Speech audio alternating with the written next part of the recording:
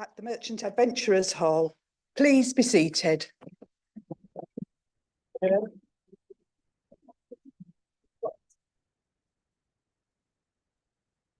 As usual, our meetings are being webcast so that residents and other members of the public have the chance to see them live or to view them on demand later if they wish.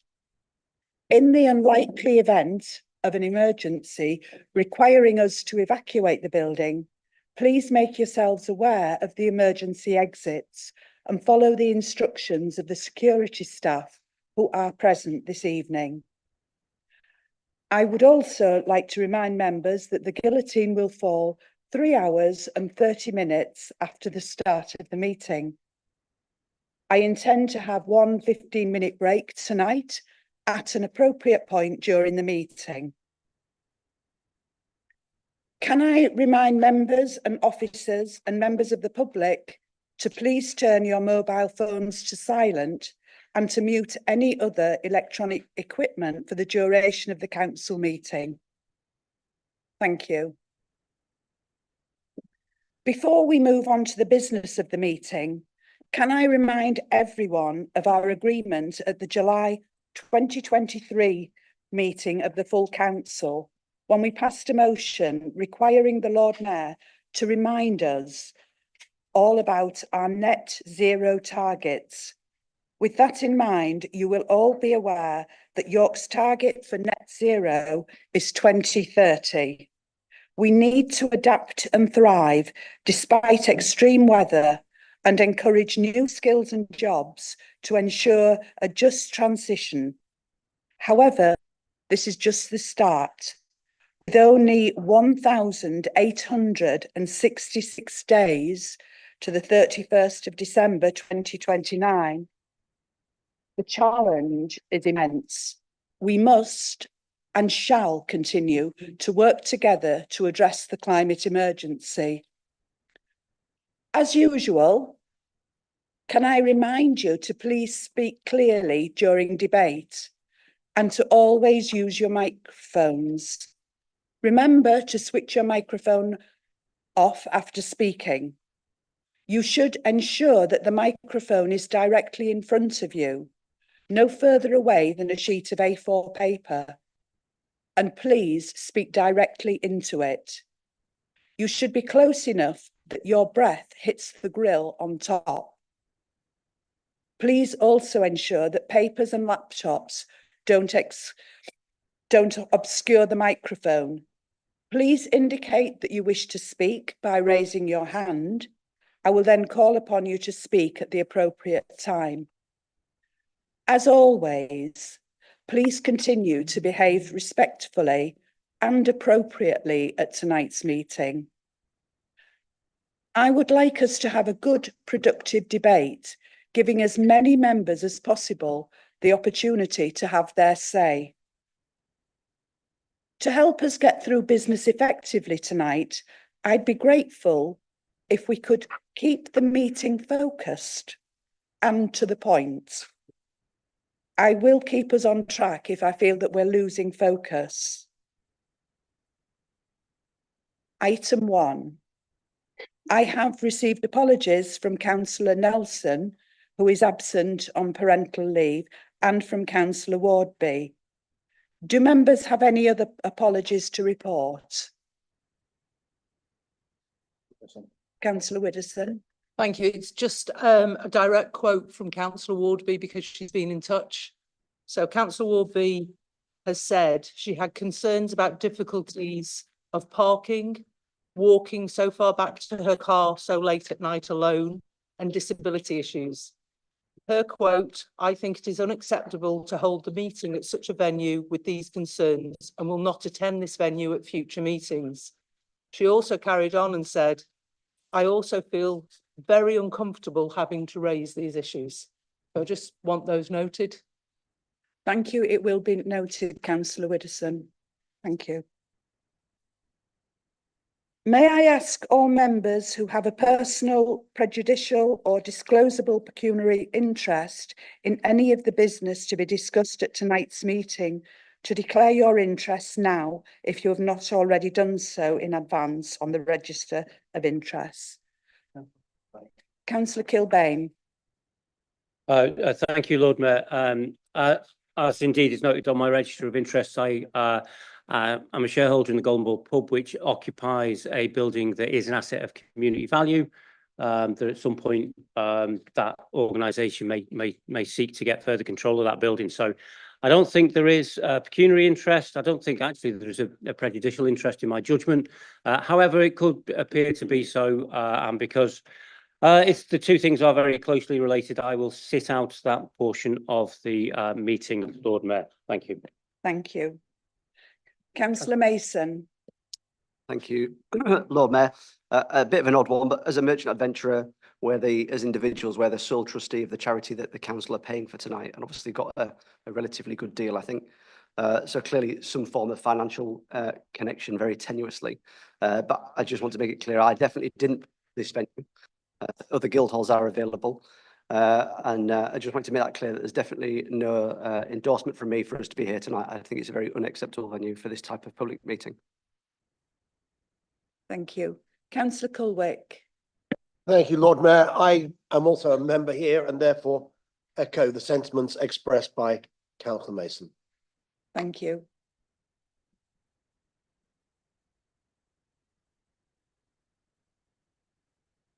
We'll move on to item 3. Do I have members' approval to sign the minutes of the ordinary council meeting held on the 19th of September 2024? That was very muted, but thank you very much. Right, we're moving on to item 4, the civic announcements.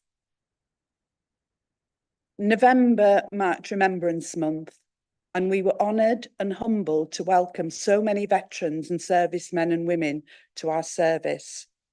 For me, it's one of the most important and poignant things we as a council do. So I would like to thank everyone who played their part in this.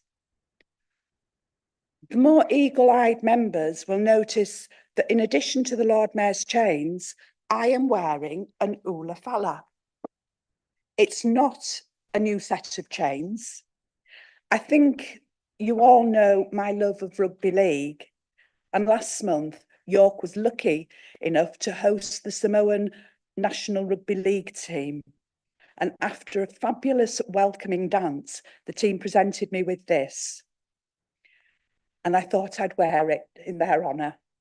I was also honoured to welcome the Valkyries to the Mansion House as part of their celebrations following their historic back-to-back grand final wins. We are also playing host to some rugby union games in next year's World Cup, and we're lucky enough to welcome this. So I'm really excited that York is firmly on the sporting map. We also marked Diwali and had a colourful and joyful time with lots of people joining in the celebrations, and some of the civic party even tried a bit of Bollywood dancing.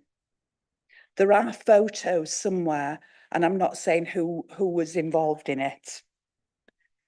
November also marks the 35th anniversary of the York Interfaith Group, and we celebrated their birthday with prayers, dancing and cake. I am sure we agree that York is truly an amazing city, and it's wonderful that when we listen to news reports of a world full of division, here in York, all our religions can come together in mutual respect and understanding. I hope that the rest of York can do the same. We now come to the announcement of the allocation of the Lord Morality for the 25-26 municipal year.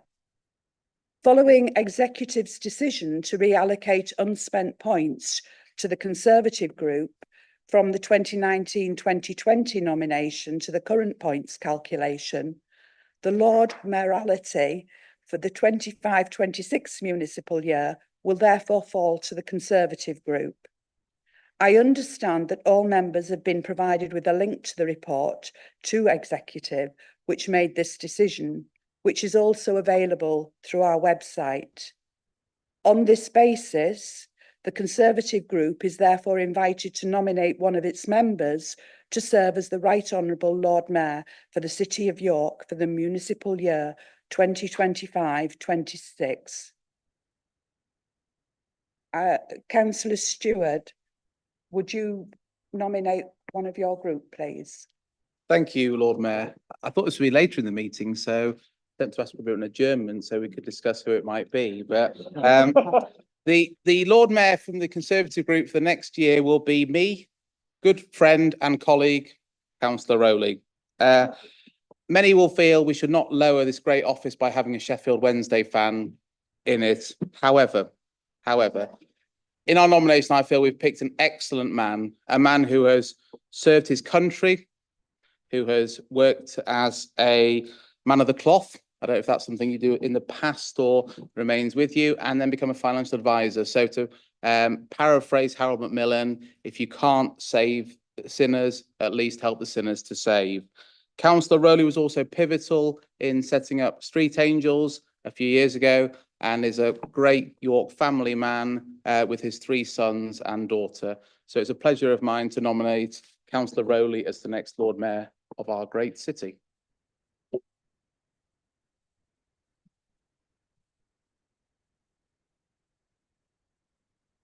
Councillor Rowley, are you happy to accept this nomination? Thank you, Lord Mayor, and thank you, members. As we have a full agenda ahead of us, I'll keep my comments as brief as I can.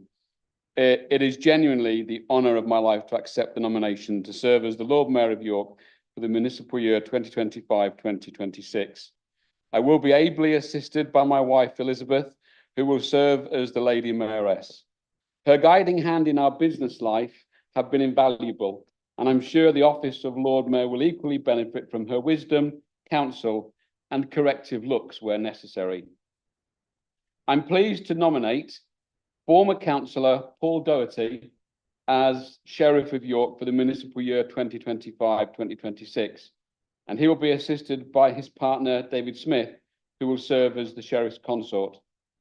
Many in this chamber know and remember Paul with a great deal of respect and affection. In the 4 years we served together as the Conservative group, and we were the Conservative group, we became good friends, and I was apprenticed by one of the wisest, loyalist, understanding, and most forthright colleagues I could have wished for. As a civic party, we look forward to serving the City of York and its amazing people in 2025-2026. Thank you, Lord Mayor.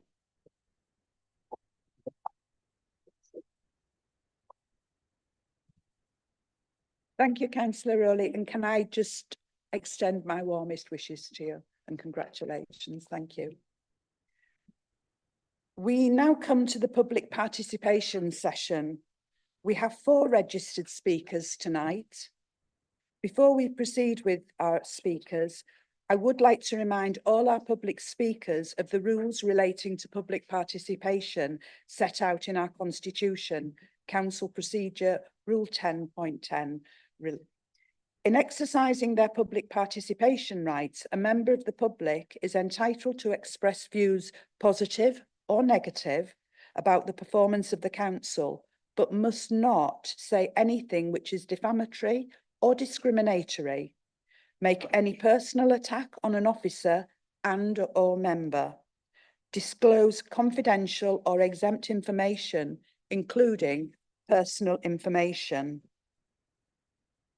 I now call upon our first speaker, Flick Williams, who would like to speak on agenda item 10, report of the Executive Member for Equalities and Human Rights. Ms. Williams, you have up to 3 minutes.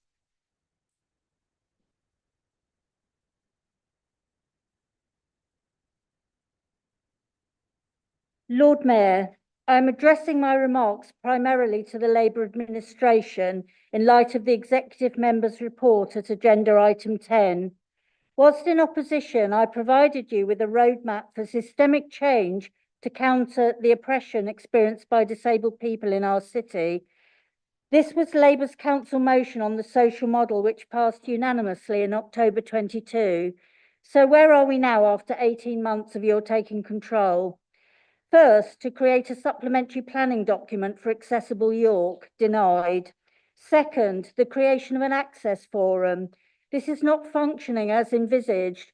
Rather than being genuinely led by its disabled participants, it is being manipulated as a means of quick and easy consultation, with the agenda dictated and the views expressed there not accurately reflected or understood in subsequent officer reports. And the third strand, the social model implementation plan passed 11 months ago, boils down to the benefits of authority-wide disability equality training, which today's report classes as too expensive and kicks the can down the road, potentially allowing it to be subsumed within a wider EDI policy. The statement in the report, we must always strive to ensure that we uphold our public sector equality duty, is hollow if there is poor understanding of what this entails. It is deliberately weak, effectively saying we shall obey the law if and when it suits, relying on the fact that disabled people do not have the resource to mount a legal challenge by judicial review. As someone who has delivered DET since the 90s to a wide range of audiences, I can tell you the majority of people approach disablement from a medicalised deficit understanding of impairment rather than just as another form of social difference. It's ableism everyone gets socialised into, which is just not recognised or understood in the same way as racism, sexism, homophobia, etc. So this statement by the executive member puts the final nail in the coffin of the three-pronged strategy for systemic change, so I cannot help you any further. And directly, thanks to the policies of this Labour government, you can no longer rely on individual disabled activists to do the heavy lifting for you, as we are all now in a much wider existential crisis. Disabled pensioners impoverished by cuts to winter fuel payments, disabled students failing to get the necessary support services to remain in education, disabled... So. We've only spent time advising you free when we are forced to engage in full-time job search to receive meagre benefits with employers unwilling to hire us. All this against a backdrop of a debate on euthanasia and mainstream journalists calling disabled people parasites. Goodwill to assist you has been squandered, so I'm sorry, I'm done. Thank you. Thank you. Your comments have been noted and will be taken into account when that item is dealt with.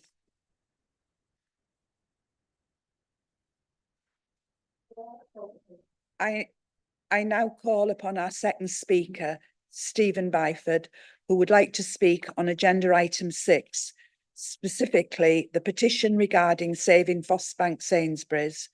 Mr. Byford, you have up to 3 minutes. Thank you, Mayor. Along with being a city resident, I also happen to be the national convener for Unite the Union, representing Sainsbury's retail workers. On behalf of those workers in Sainsbury's Fossbank, I would like to thank the councillors who have spoken against the landowner's decision to not renew the lease with Sainsbury's, which unfortunately has forced a number of job losses and had an impact upon the local community. Retail work is notorious for being low paid and with precarious with terms and conditions. Sainsbury's does pay the real living wage, and in other ways it does buck the trend with regards to terms and conditions above the legal minimum. They are the type of retailer we want in this city to lift the standard and make sure other retailers follow suit. Quality jobs is what we need in York, and that is what Sainsbury's can provide with support. So I'd like to call upon the council to work with the landowners, Sainsbury's and Unite the Union to try to secure a site or retail opportunity for Sainsbury's ongoing with the new development. Thank you. Thank you. Your comments have been noted and will be taken into account when that item is dealt with. I now call upon our third speaker, Gary Graham, who would like to speak on agenda item 13, specifically the taxi licensing policy. I believe, Lord Mayor, that Mr. Graham has not attended. Thank you for that. Mr. Graham isn't available at the moment, so we will move on to our next speaker, Arshad Mahmood, Chairman of York City Taxi Association, who would like to speak on agenda item 13, specifically the taxi licensing policy. Mr. Mahmood, you have up to 3 minutes. Good evening. Thank you, Chair. As a chairman of York City Taxi Association, I would like to object some of the proposed changes in our upcoming taxi licensing policy, which is going to be approved by respected councillors. It would be unfair and harsh decision to enforce black-only taxis, and it's going to have major financial impact on already struggling York taxi trade. It is not reasonable to force black-only taxis for York licensed drivers on the basis of safety, while no safety parameters in place for hundreds of black out-of-town non-York licensed private hire vehicles freely working in York. Hackney drivers are facing major decline in taxi trade due to a number of reasons, such as inflation rate, people limiting spending priorities, and taxi trade already being saturated with private hire, flooded with drivers from nearby councils. Limiting the option to black means they only have to get another car of the black color, which really narrows down and limit the search criteria for taxi. If council decides to go for black-only taxis, then least it should do is exempt wheelchair taxis, as they are hard to get hold of and they are expensive to buy. Wheelchair taxi users are crying out for help to get wheelchair taxis regardless of the color, and by putting this black color only, wheelchair taxis condition will further reduce the number of wheelchair taxis available in City of York. Age of taxis and emission is another condition that will reduce the search criteria in finding the suitable taxi, especially wheelchair taxis. This proposed condition is going to impact 265 York private hire vehicles and 90 Hackney carriages in 3 years' time. There are many hybrid taxis which have 75 gram CO2 emission and will fail under this proposed condition of 75 gram CO2 emission by 1 gram. Currently, as of today, there are only 38 vehicles available which are suitable for York licensed taxis under 10K, and only 1,189 vehicles available which are under 20K. As long as the taxis meet the Euro emission standards recommended by DFT and well maintained, it should still be relicensed to drive. Taxi drivers maintain their cars more than regular car users, as it regularly gets serviced after certain miles. Getting an MOT a separate time and getting interested renewal time, which is good enough test process to check that car is roadworthy and environment friendly. All these changes to tighten and more controlling can be off-putting York drivers who are already struggling. We strongly believe it's all about do more for York Hackney drivers, and it's not about considering anything positive for them. Thank you. Thank you. Your comments have been noted and will be taken into account when that item is dealt with. That concludes the public participation session this evening. Before we move on to item 6, I understand that Councillor Stewart wishes to submit a motion without notice under Rule B142J of the Procedure Rules in order to suspend Procedure Rule B51. Councillor Stewart, over to you. Thank you, Lord Mayor. Yeah, I'm glad you gave the number, because otherwise I might have to go to an optician right now to read it out. But I think it's an exact repeat of last month or last full council that we'd like to suspend standing orders so that I can deliver a motion on behalf of the good people of Copmanthorpe. Petition, yeah, I'll leave the motion, sorry. Thank you. Do we have a seconder? Thank you.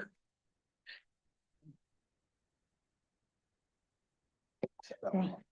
Thank you. I will take a vote on this. All those in favour of the motion to suspend the procedure rule, please raise your hand now.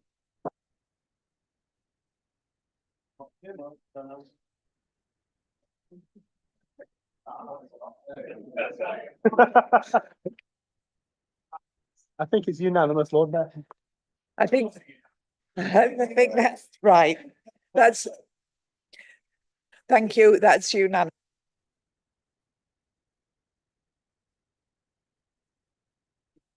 We will receive the petition in question after the petition submitted on notice. Now on to item 6. Formal notice has been received of 3 petitions to be presented this evening. The council procedure rules allow 1 minute to present a petition to council. I now invite Councillor Runciman to present the petition in relation to installing a crossing urgently to enable residents, particularly those who are elderly or disabled, to get to the folk hall and all its facilities safely from the opposite side of the road. Thank you, Lord Mayor. I'm pleased to present this petition of 532 signatures on behalf of the residents of New Earswick. They are concerned about crossing Haxby Road from the Saper Pass side to the folk hall and are petitioning for a zebra crossing to be installed there. They call themselves the Zebra Folk and they have gathered a lot of support in a very short time. The folk hall now contains the post office, as well as a cafe, library, groups and clubs, which help to bring people together and alleviate loneliness. Older people using walkers or wheelchairs say that the traffic travels fast coming off the Link Road roundabout, and some cars are unwilling to slow down. In addition, if a bus is parked at the stop, those crossing the road cannot be seen. I hope this petition will be taken seriously before an accident takes place at this very difficult area for crossing the road. Thank you, Lord Mayor. Thank you. In accordance with the current council procedure rules, that petition will be referred to the Corporate Services, Climate Change and Scrutiny Management Committee, but that is subject, of course, to the changes proposed this evening. Councillor Douglas, I invite you to present the petition relating to a tourism tax for York. Thank you, Lord Mayor. I've had a petition submitted to me by residents with 654 signatories to it, asking us to consider a tourist tax, which is something that we have already considered within our manifesto and are looking into, and I've been working both regionally and nationally to see what options there are for effective implementation of that. So I thank the residents for their support for that approach, and I look forward to communicating with them as things progress. Thank you. In accordance with the council procedure rules, that petition will be referred to the Corporate Services, Climate Change and Scrutiny Management Committee, subject to the changes proposed this evening. Councillor Clark, I invite you to present the petition relating to saving Fossbank Sainsbury's. Thank you, Lord Mayor, and thank you to the speaker earlier for their support for this petition. On behalf of all the residents who have signed the petition, there are over 1,500 of those, who have also contacted and spoken to us about the closure. And as Guildhall councillors, I hand over the petition, Save Fossbank Sainsbury's. This supermarket has been providing a full range of fresh produce and household essentials with a friendly, personalised service from staff there to the communities of York for over 40 years. It is a much-loved essential amenity. For those residents living close to it, where car ownership is some of the lowest in the city and who cannot buy online, it is their local shop on which they depend. Early this year, the concerning decision was made to not renew the lease, and the site identified for redevelopment has been mentioned. Its closure in January will be the loss of a vital shop for nearby communities, alongside the loss of jobs, as was mentioned earlier, or the redeployment of staff to other stores in less suitable arrangements. We urge the landowner, developer and council, that would be me, to recognise how important and much loved this essential amenity is for residents, and to ensure the continuing presence of a Sainsbury's store or substantial sized supermarket on Foss Bank. Thank you, Councillor Clark. Thank you. In accordance with the council procedure rules, that petition will be referred to the Corporate Services, Climate Change and Scrutiny Management Committee, subject to the changes proposed this evening. Councillor Stewart, I invite you to present the petition relating to broadening the 20-mile-per-hour zone in Copmanthorpe. Thank you, Lord Mayor. I'm grateful for council allowing this to be brought at late notice. This was a petition that was designed by the former York Councillor Lars Cram, and it's a pleasure of mine to deliver it. As residents will be aware, a week today we're having a ward committee meeting in Copmanthorpe to discuss 20 miles an hour, and as part of this the petition is about saying that school lanes specifically should be 20 miles an hour, but obviously that does not preclude residents wanting potentially more of the village to be 20 miles an hour. It's been signed by 321 people from a wide variety of locations. I think with 20 miles an hour it can often be local residents say they want them, but other people oppose it. But it just shows the real problem in that particular area of the village, particularly with lorries that are coming through totally inappropriately. That's a whole different story or debate for another day. So very happy to present this petition, Lord Mayor. Thank you. Thank you. In accordance with the council procedure rules, that petition will also be referred to the Corporate Services, Climate Change and Scrutiny Management Committee, subject to the changes proposed this evening.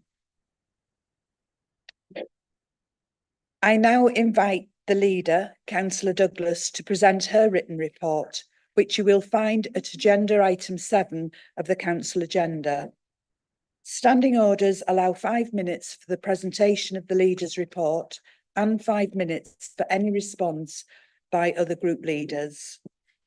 Thank you, Lord Mayor. And first of all, I'd like to start this evening with a series of congratulations for some of the announcements, work and events that have taken place over the last couple of weeks. And I cannot possibly cover everything, and apologies to those who I will miss.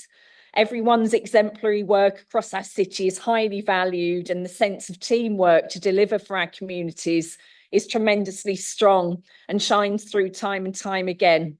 So firstly, congratulations to Councillor Rowley for his nomination as Lord Mayor for the civic year 25-26. The current Lord Mayor, our own Councillor Wells, will be a very tough act to follow, but I know she is looking forward to working with you to support you towards a successful transition. I'd like to thank everyone for their attendance and work at York's remembrance events and services across the city on the weekend of the 9th to the 11th of November. I've received numerous comments highlighting how respectfully and proactively our military community is supported by our citizens, organisations, businesses and the council. Moving the standard location of the veterans to the front and centre in Memorial Gardens, seeing them where they deserve to be, front and centre, was a joy to behold and should have been done years ago. I'd like to congratulate staff across the council who've worked so hard over the past 18 months to prepare for the re-evaluation of our Gold Award on the Defence Employer Recognition Scheme, first gained in 2019. And I'm proud to announce that the Secretary of State for Defence and the Chief of the Defence Staff have notified us that CYC has received the highest level Gold Award. This shows our collective commitment to serving personnel when they leave the services, veterans, cadets, reservists and their families, particularly in tackling the disadvantaged experienced when entering civilian life. I also want to congratulate York Valkyrie for their historic win to retain their position as Rugby League Women's Super League champions, the first team ever to do so. The Lord Mayor and I welcomed the Valkyrie to the Mansion House last Friday to mark and celebrate their success. and we couldn't be prouder to host such a fantastic professional women's sports team in our fine city. And finally, a very large note of congratulations to York Interfaith Group for their celebration of their 35th anniversary last weekend, following a highly successful Interfaith Week with an array of events across the city. The city's interfaith group is hugely important in bringing diverse communities together across our city, and has been particularly important during the very challenging times experienced across the world over the past years. Without everyone's strong and unerring commitment to better understanding each other, the range of faiths and cultures across our city, York would be a much diminished place. I thank you all for everything that you do. And it was a great source of pride to me to see a range of important milestones reached and adopted at Executive last week, including the York Youth Strategy and a co-created approach to treating care experience as a protected characteristic, the groundbreaking and much needed transport implementation plan, and the decision to adjust blue badge holder access to the Christmas market. Decisions coming hot on the heels of the publishing of the Council Plan Progress Report covering the 12 months from September 2023 to 24.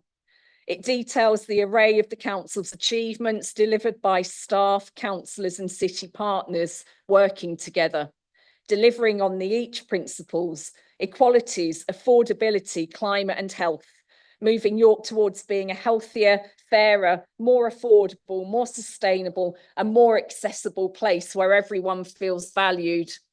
I thank everyone for the fantastic progress made, often battling against a very challenging financial and service delivery environment. And I'm proud to say I receive reports from a range of residents and partners commenting on the sense of vibrancy, optimism and achievement within the city. Thank you to everyone who gives their time, passion and expertise to York and makes it the fantastic place it is to live, work, study and do business. And here's to an equally successful coming 12 months. And I wish you all the very best for a peaceful and restful Christmas and holiday break when it arrives with us next month, and look forward to seeing you again at full council in 2025. Thank you. Thank you. If any of the other group leaders wish to respond to the leaders' report, please can they indicate now? Councillor Eyre. Thank you, Lord Mayor. We're here today at the Merchant Adventurers Hall, a unique building in the heart of historic York, a stunning timber-framed building constructed by a fraternity made up of York citizens to provide a base for charity, worship and business in the city centre of York. We sit in the Great Hall where medieval merchants first gathered to conduct their business and to socialise. It is rightly a jewel in the city's crown, and the work that has been done to make it more accessible is to be commended. It is not, however, in our group opinion, anywhere close to being an appropriate venue to hold this public meeting of the City of York Council. It is perhaps a fitting venue for private developers to invite senior politicians to venison's dinners, but we have consistently opposed its use tonight and the hypocrisy of the leader's decision. To its long history can now be added the building in which the last remaining shred of this administration's credibility evaporated. And I think that was reflected so well in the comments of the public speaker earlier and the issues that we're having during the leader's speech itself. Moving on to the leader's report, it continues to read more as a travel blog or farewell tour than a true update on the work of the administration. I know the leader will repeat the mantra, partners, partners, partners, as she did at Executive last week. Partnership working is fantastic and can deliver progress for this city. The administration's definition of partnership working, however, seems to be basking in the achievement of others and glossing over where its political dogma serves as a handbrake on progress. Councillors Kilbane and Pavlovic both noted my positivity on many of the recent exec papers, and it is true, when the involvement of the council, and particularly this executive, is light, partners across the city are delivering fantastic things. The problem is, anything that the exec lays a heavy hand on grinds to a worrying halt. You will forgive us, of course, for being wary of your promises that partnership working is going to deliver. After all, it was at a council meeting 18 months ago that the deputy leader proudly told us, due to your successful partnership working, we have the very well-known organisations that will put the funding in for free school meals for all York's primary school children. I guess that cheque is still in the post. At the last council, you complained that these responses seem to be the same meeting after meeting. Well, that's the problem with repeated failure. I was tempted not to even bother rewriting the following sections, as they all have made little or negative progress. York Outer Ring Road and Haxby Station are still under threat, and the latest executive report now adds York Central and the Station Gateway to the problem pile. At executive only last week, the executive member for transport would not even confirm her support for York Outer Ring Road, despite a straightforward question. On the local plan, we might have been expecting, and the council leaders confirmed that we're not, a special meeting to finally adopt this next month. Instead, officers have had to send further correspondence to the planning inspector due to the decisions by Labour members on the planning committee. The move to redefine our green belt as the 20% discount belt continues apace. Councillor Pavlovic's cast iron promises on protecting the green belt seem to mean as much as many in the Labour manifesto. Still, no bricks have been laid on 100% affordable homes. Ordnance Lane, celebrated as a triumph, is a microcosm of this administration.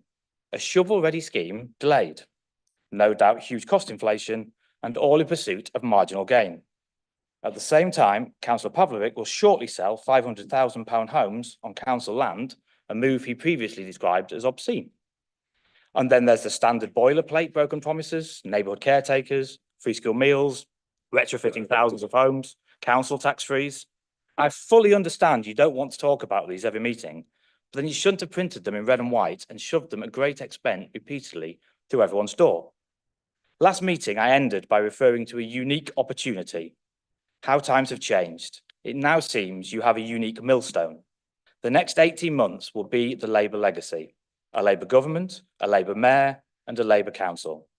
There's no hiding from consequence. Your black hole narrative has fallen apart nationally and locally. What is clearly visible is your party's attack on the pockets of working families through council tax, national insurance and inflation. Your party's attack on the vulnerable with green bin taxes, age UK cuts and winter fuel allowances. Your party's attack on the young with high tuition fees and cuts to mental health support. On the doorstep this last few weeks, I've seen an interesting contrast to only 6 months ago. The bubble has burst locally and nationally. In 2023, there was very little support for this administration, and what support there was based on promises you systematically abandoned. It's high time this administration started to listen to the residents who pay their council tax and increasingly feel ignored and patronised. Thank you. Point of order, Lord Mayor. May I invite the Leader of the Opposition to retract his comments about the Planning Committee? He seemed to infer that decisions at the Planning Committee were taken on party political grounds with a party political motive. And as the chair of that committee, I have made it very, very clear repeatedly that it is an apolitical committee. Happy to reread the line because I didn't say any of that. I said it was a decision taken by Labour Party councillors. I didn't say there was any whip, I didn't say anything. I just an observation. The political affiliation of the councillors taking a decision on a planning committee is absolutely not relevant. And it would be illegal for any member of that committee to take a decision, first of all, in advance before that hearing, and particularly along party political lines. Can we address issues through the chair, please?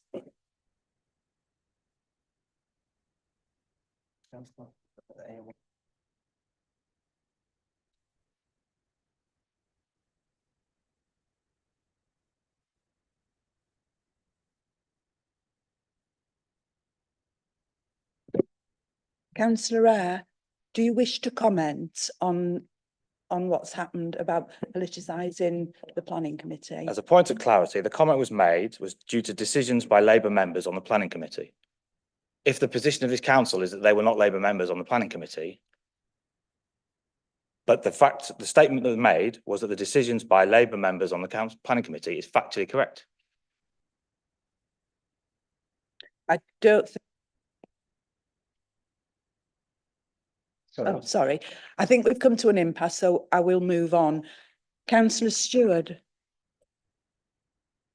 Thank you, Lord Mayor.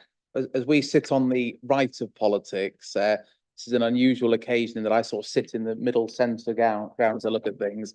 Somewhere in the middle of the happy, wonderful, in the leaders' report, fantastic progress that the administration is making, and the less than fantastic terms in which Councillor Eyre it would describe things. I'm going to once again take a punt that the good people of York are not watching the webcast in vast numbers, and that what I say in the next few minutes will not make or break the next election, or indeed the by-election in a few days' time. Therefore, I won't take up much time.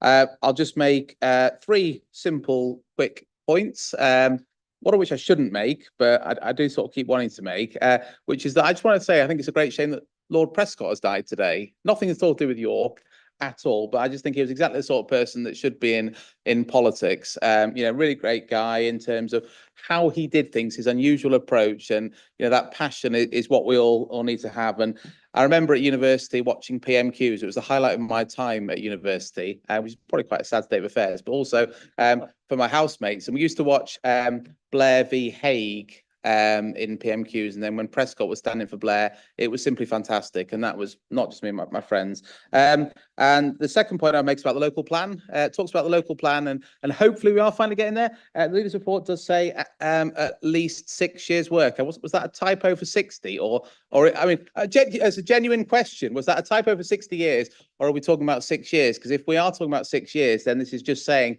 this is a Labour and Lib Dem local plan, which will be interesting for us for leaflets in the future. And the final point is just about remembrance, which is a very serious point. But I think it's absolutely vital. I entirely agree with all the points in the leaders' report about the importance of it. From my point of view, one of the things coming back as a councillor that's been really, really disappointing is the number of councillors at the Remembrance Day service. Used to be 45, 46, 47. And the last couple of years, it's been the mid-20s. And I know other people are at events, and it's not at all to criticise individual councillors at all who will have different things they have to do. But I've really been quite surprised at that. I think it's so important. Remember the dead of the wars and conflicts in various ways. And so I say again, it's not about individuals, because different people have different commitments. But there's something strange when the council's gone from 45, 46, 47 attending to 23 and 24. And that's it for me, Lord Mayor. Thank you. Thank you. Councillor Douglas, do you wish to say anything in reply? Yes, please, Lord Mayor. I can't wait. Actually, I'm going to start with Councillor Stewart, I think, because yours are fairly straightforward. And thank you for noting Lord Prescott's death today, and yes, sad loss to us, and many interesting words said and events over the years, and he will be sadly missed by many, I'm sure. As far as the local plan goes, yeah, it's a fair point. I should have put 60 years in there, shouldn't I? But it is a long time coming, and we are still, as we have been right through, committed to getting this in, because it is really important for our city to have one, so that we can move forward constructively with development, rather than the ad hoc approach that we've got at the moment that doesn't really serve anybody as well as it should do, and certainly not our communities. So Councillor Pavlovic and I have been pushing the inspectors to give us an answer, get back to us, and they unfortunately have not been as timely as we would like them to be, but that is ongoing. So we are still hopeful for January for a special meeting that Councillor Eyre mentioned. And then as far as remembrance goes, I totally agree. It is very important that as many of us as possible participate in services, events, etc. On that weekend and over the month. And I know most of us, many of us in this room do. And it's not a reflection of the high esteem or lack of esteem for that event in Memorial Gardens. There are many councillors that attend their events in other communities, as I know Councillor Nichols, I think, did do in Bishopthorpe, if I'm correct, and many other councillors have done the same. So I hope that is remembered as well, that people are in other places on that Sunday. nothing more than that. So thank you for that. And then as far as Councillor Eyre is concerned, it's really interesting to me. It's like we have these two very different worlds going on around here, the one that I seem to live in and the one that you live in. And I have to say that the one that I live in is tremendously positive out there. Councillor Kilbane and I both have had very different and very interesting people come to say to us that they think that the approach of the current administration is a totally different night and day experience to the one that they experienced under the Liberal Democrats.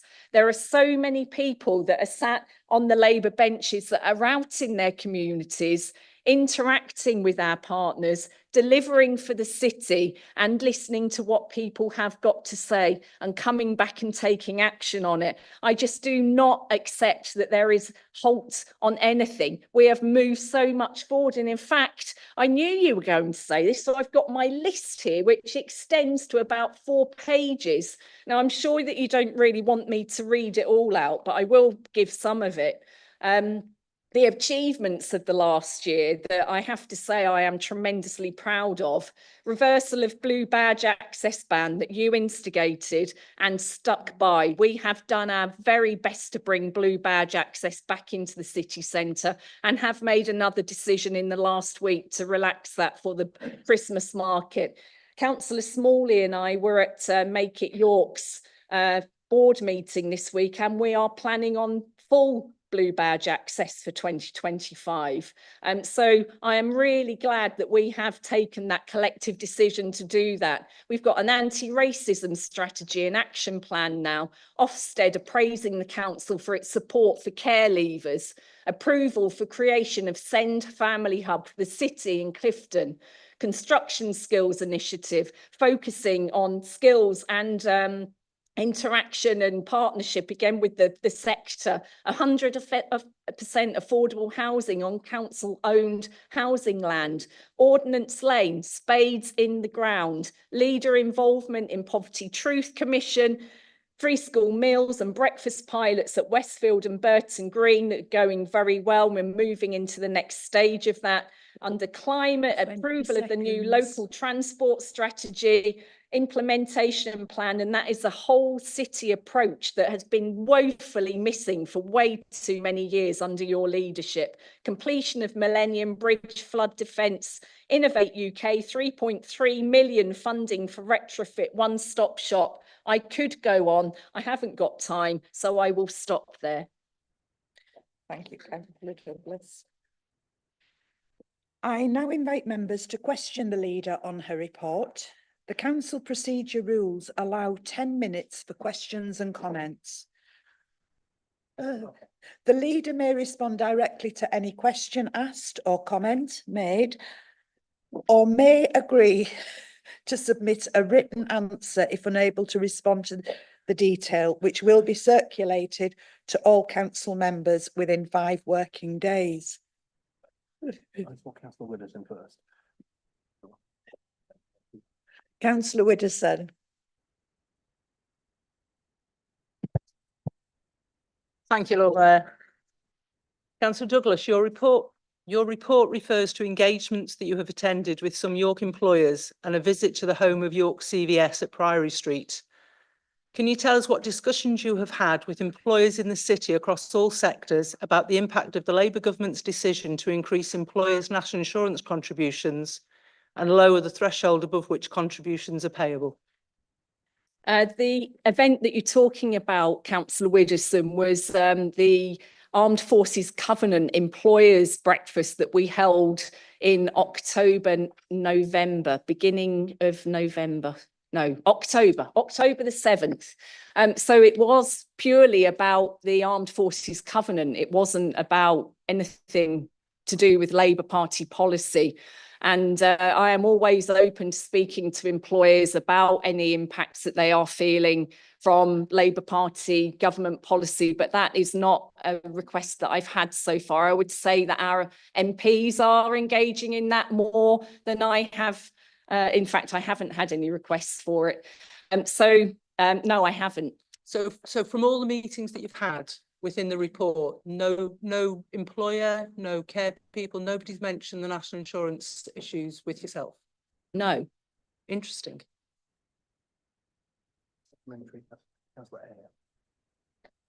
Supplementary. Very quick supplementary, Chair. I'm aware that some councils in West Yorkshire have agreed to uplift all their third sector contracts to offset the NI insurance. Will that be something that York will do? We always will consider any challenges that our sectors are facing within our budget setting. But at the end of the day, we do have to operate within our 150 million budget that we have. So it will be considered under the process that we're going through now. And that is conversations that we've been having internally about any impacts that this will raise. But we are, as always, open to suggestions, looking at what we can do, and we will move forward in an appropriate and responsible manner.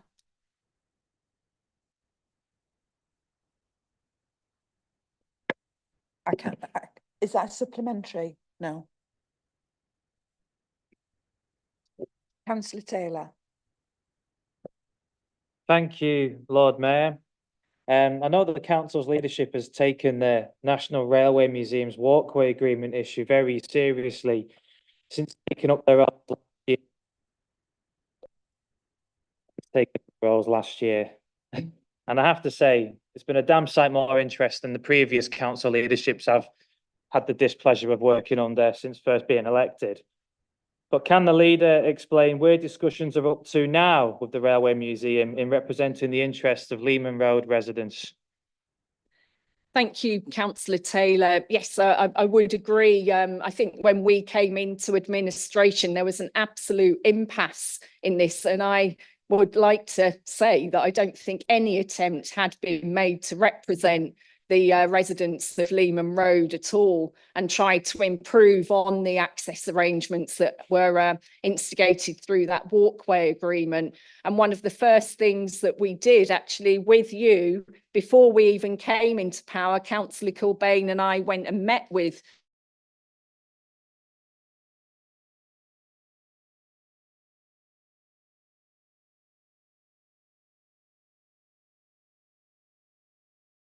things that we've did, and it's not been a quick and straightforward process, and there has been a lot of negotiation, but we are in the final stages of dotting the I's and crossing the T's on a letter of agreement to allow Lehman Road residents access through Great Hall when it is completed from 7:30 a.m. in the morning to 7 p.m. at night from memory. I might have that slightly wrong. Other than when there are notified events, and that's where we're starting from. It's a great improvement. I think there's more work to do in this area, and we will continue the conversation, and the NRM are far more open to that now. So partnership working works, and it gets results for our residents. Thank you. Was that a supplementary? No. Right. No supplementaries. And Councillor Healy.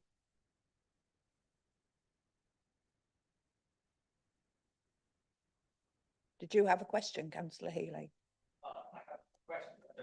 No, I'm calling on you for your question, please. Your report refers to the local transport strategy and the ambition to get more people cycling. This is something we can all get behind, but for this to happen, we need road services that are safe to cycle on. Can the leader say how this ambition fits with the proposal in the current budget consultation for cuts to be made to funding for road maintenance? Thank you, Councillor Healy. Yes, and of course, the local transport strategy and implementation plan, it really focuses on the hierarchy of transport with pedestrians at the top. And then we've got cyclists and motor vehicles below that. And it is important that we have safe and good road surfaces. And actually, at the moment, City of York Council puts about £5 million a year into road surfacing and improvements. And that is an awful lot of money that is discretionary spend on top of what the government currently provides to us.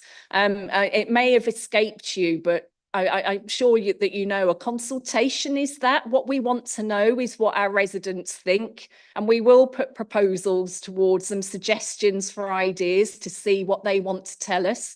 And they may well come back and say, yes, that's a really good idea. We think that you need to reduce the amount of money that's spent on road repairs. Or they may say to us, no, that's not a very good idea. And I suppose the difference is that when the Liberal Democrats were in administration, they were not open to thinking about what residents were telling them, whereas we are. I'm looking forward to hearing what they're going to say to us, and those considerations will be taken into account in budget setting. It's as simple as that. The budget mentions a figure of 60,000, which at the time I thought was very low. Is that 60,000 off the revenue budget, or is that 60,000 the capital repayment? So the actual reduction in road maintenance will be 500,000 from the capital budget, not 60,000 from the revenue budget. 60,000 is revenue spend. Thank you. Councillor Eyre, did you have a supplementary? Councillor. It was on the very similar point as to where that figure of £60,000 came from. Scrutiny did flag that up as being unhelpful in terms of budget consultation. It wasn't amended going forward. So why was that figure of £60,000 a year chosen? It's the revenue cost of the actual spend, Councillor Eyre. I think you know that. I think you understand how budgets work. But you could pick any figure. Why 60 was the question. Why? Can get an answer to you, Councillor Eyre, if that would help. Councillor Stewart.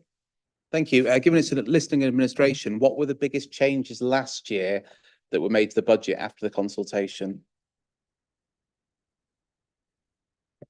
Good question, Councillor Stewart. I can't remember back to last year's budget consultation, to be honest, any changes that we made. I do keep quite a lot of facts in my head, but that isn't one of them, I'm afraid. So I will get back to you with an answer on that, if that would be helpful.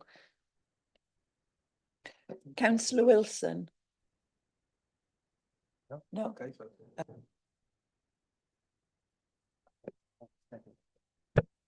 Councillor Clark. Thank you, Lord Mayor. Centre for Cities has recently produced a report comparing visitor spend across the UK's largest 63 cities. What does this tell us about York's visitor economy? Thank you, Councillor Clark. Yeah, it was really fantastic to see that York actually is at the top of the list for the level of spend for overnight visitors across the whole country. And this, I know, has been an aspiration of the hospitality industry in York for a number of years, and they have finally reached it. So really what it shows is that people who come into York and stay and visit with us, they really enjoy the vibrancy of our city centre, the retail offer, the restaurants, the bars that we've got there, and they are spending their money in York. And we know that tourism is tremendously important to our economy. It is an absolute baseline of what we deliver, and so many people work in that industry in York. But also I think that it says a lot about what a fantastic place it is to be in York. So I'd really like to congratulate everybody for making it such a fantastic area for visitors, but also for residents. So thanks to everybody for all your work. That concludes questions for the leader. I now invite Councillor Douglas to move en bloc the recommendations of the Executive to Council from the Executive meetings held on the 10th of October 2024 and the 14th of November 2024, as contained in the minutes of that meeting set out in the Council agenda and agenda supplement. Moved, Lord Mayor. May I have a seconder for the recommendations? Seconded, Lord Mayor. Thank you. I now invite debate on any of the recommendations. Please indicate if you wish to speak and when called upon, say clearly which recommendation you wish to comment upon.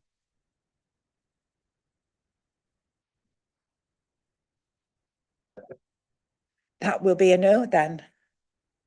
But you do have the right to reply, Councillor Douglas, but I can't, I don't think you'll need No it. need, thank you, Lord Mayor. I will now take a vote on each of the recommendations. The first vote is on the recommendation in minute 46, which relates to the approval of the York Youth Justice Service Plan. Voting at this meeting will be by a show of hands unless otherwise indicated.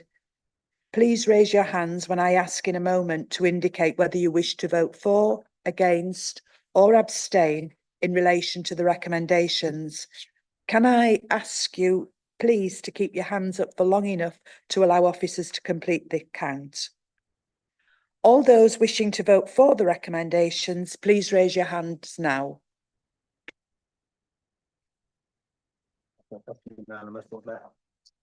That's unanimous. I will now take a vote on the recommendation in minute 58, which relates to Capital Programme Update Monitor 2. All those wishing to vote for the recommendation, please raise your hands now.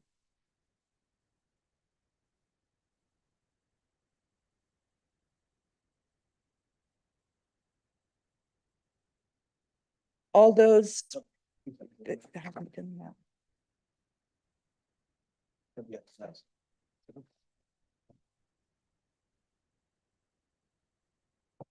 That's 40. I make it more clear. But do we not have to do abstentions and things? We'll do against because of the. All those wishing to vote against the recommendation, please raise your hands now.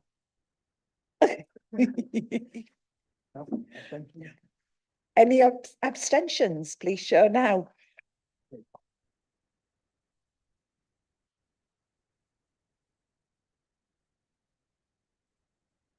The result is 44, none against, and 3 abstentions. Those recommendations are therefore carried. That concludes the executive recommendations. We now move on to agenda item 8 to consider the 4 motions on notice submitted under Standing Order B13. These are included in the list of notices of motions and amendments contained in the agenda supplement. I now invite Councillor Baxter to move on the first motion on protecting more of York's community assets. Thank you, Lord Mayor. From Women's Institute halls to bingo halls to pubs to valued green spaces, there are so many fantastic examples of assets of community value across the country, and I'm pleased to be bringing this motion to full council to ensure that this council continues to protect York community's assets and in time adds to them. With a change in shopping habits, it's important that we support high streets as the lifeblood of our communities. Under the previous government, they were held back, and I'm pleased to see this government's commitment in the future to supporting our high streets through reducing business rates. Locally, I'm pleased to see support for local communities too, with a new banking hub to replace those lost banking facilities in Aiken Front Street, and I'm proud of the role played by local Labour councillors working with Cash Access UK in making this a reality. New Earswick Indoor Bowls Club is a prime example that defines an asset of community value. This club is an incredibly welcoming community who do so much good for the people of York, from bowlsability to a warm cup of coffee and a friendly face. And having been bowling there many times, I'm pleased to report that they are still so welcoming to me despite my skills not improving one bit. York people, as we know, recognise the need to retain those aspects of their area that make it more than just a place to live, but what makes it a community. They've embraced the opportunity to take on assets of community value, and there are currently 19. From pubs such as the Lord Nelson in Nether Poppleton, to the Derrimore Arms in Heslington, to the Golden Ball in Bishop Hill, which as Councillor Widdowson knows better than anyone else is the hub of York politics. But it's not just pubs. Holgate allotments, the library and Hurst Hall in Strensall have seen residents refuse to accept the loss of their amenities and have come together to save them for now and for future generations. Of course, it is more than just taking on a building. It's about community cohesion, pulling diverse individuals and groups together in a common purpose, because these facilities matter to them and to the city as a whole. Because when we work together for the good of our neighbours and our communities, we show the very best of what we are as a society. The opportunity for a community to buy something so important to their community should be celebrated. We should all welcome more powers to our local communities, such as community right to buy, which this government is introducing. I would urge all members to support the motion, which seeks to give local communities the power they need to support and protect the venues that they value the most. Thank you. Thank you. May I have a seconder? Councillor Lomas. Thank you, Lord Mayor. I'm really delighted to second this motion because one of the best aspects of my role is making decisions on registering assets of community value and reading the submissions from communities about how important those assets are to them and to their lives in our city. And I think it's of vital importance that we take the opportunity presented by legislative change to make sure that all of our communities across the city can not only continue to enjoy the protections that listing an asset of community value offers, but also take the opportunity to extend that to allow greater powers to purchase those assets should they come up for sale. In my ward, I know very well what it means when you have a lack of community infrastructure. People have no place to gather, people have no focal point. We're not able to provide opportunities such as community hubs, warm spaces, in areas that people can easily access close to their homes. We see difficulties in arranging simple things like our counsellor surgeries within the ward because we don't have abundant places that people can come together outside of their private homes and gardens. And when you don't have community infrastructure, then your community doesn't function. And I think that we must encourage more communities right across the entire city to support and protect their community assets for now and for the future. It's obviously important to prepare for upcoming legislative changes. I'm really pleased to support a motion that has council resolves that are really genuine actions that we can take forward that will make a difference for our residents right across the city. Thank you. I now invite debate on the motion. Councillor Smalley. Thank you, Lord Mayor. I hadn't planned to speak, but just in case, I've got a few notes before me. I'd like to thank Councillor Baxter for her motion and praising and promoting the system of assets of community value. This was a system that was a Liberal Democrat initiative in the fantastic coalition government introduced through the 2011 Localism Act to enable local community groups to nominate land and buildings for designation. York is a vibrant city with many cherished green spaces, from local libraries to theatres, and these spaces should be protected. These assets are vital to the well-being and prosperity of our city, and they provide places where people can come together and support one another. The changing landscape of retail, with more people shopping online, and leaves high street shops vacant, and presents us with an important question. How can we ensure that our local buildings, some of which are being left empty, continue to serve their communities? This motion is a great start on providing some solutions to those challenges by supporting the protection and acquisition of local assets that can be revitalised for community use. We welcome the government's plans to introduce a community right to buy, which will strengthen the ability of communities to safeguard those local spaces. And by expanding the list of assets of community value and doubling the time for communities to raise the necessary funds, these changes proposed will provide vital new opportunities for communities to protect the spaces they care about. The motion also recognises the incredible work already done by local people and community groups across York, and whether it's the transformation of the New Earswick District Indoor Bowling Club or the creation of Without Wood in Clifton Without, which was done under this system by the fantastic Clifton Without Parish Council, or the rejuvenation of Strenthal Library. All of these schemes are a testament to the energy and dedication of York's residents in preserving local assets and ensuring they continue to benefit their communities. In conclusion, this motion is more than just about protecting the bricks and mortar. It's about protecting the spirit of community that these spaces represent. We should be supporting our local groups and empowering our residents to safeguard the places that make York truly special. And because I've got 30 seconds, in your leaders report, Councillor Douglas, fantastic, and congratulations on Gold Award in the Employee Recognition Scheme. One of my first acts in Cabinet was going down to London to collect the Gold Award on behalf of the city. We managed there to take the officers responsible in delivering a lot of that great work with us. Ian Cartwright, who has since taken well-earned retirement from the council. If that celebration hasn't yet happened, it'd be great to celebrate the officers that contributed to that. And well done again. It's great for this council. Thank you, Lord Mayor. Thank you.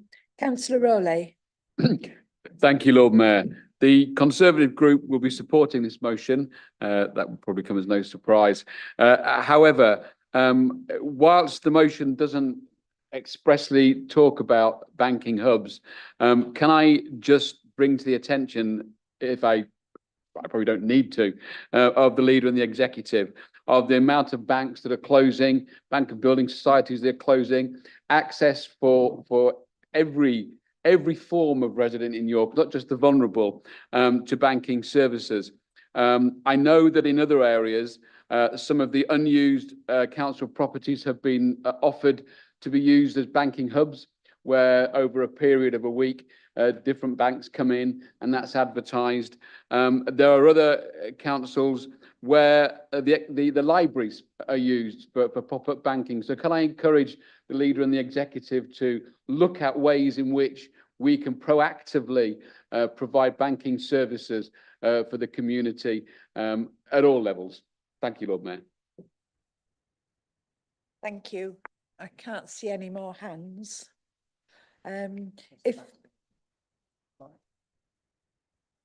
So, Councillor Baxter, do you wish to reply? Thank you, Lord Mayor.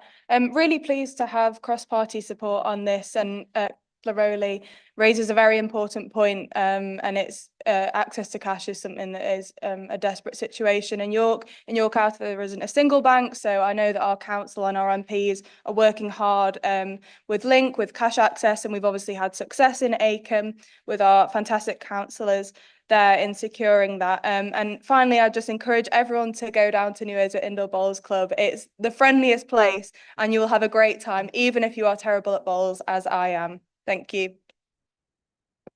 Thank you. I will now take a vote on the motion. If you wish to vote for the motion, please raise your hands now. Yeah, that is unanimous. That's unanimous. The motion is therefore carried. I now invite Councillor Mason to present the second motion, which relates to protecting York's primary and social care providers. Thank you, Lord Mayor.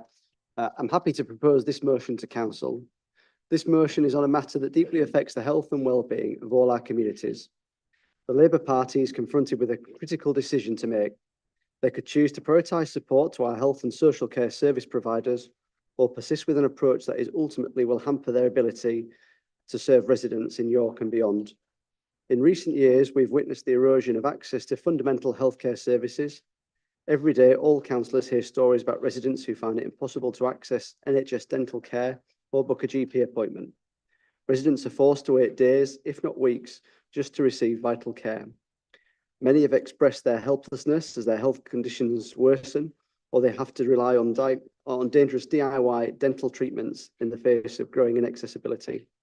Deteriorating access to primary care is now a painful reality for many in York, and many pharmacies in our communities have shuttered their doors, leaving vulnerable residents having to travel miles just to collect medication. We also exist in a time where the demand for social care is skyrocketing, and our council's budget is having to adjust to this challenge as families grapple with the need for their loved ones, children caring for parents, and the elderly relying on our systems for dignified support.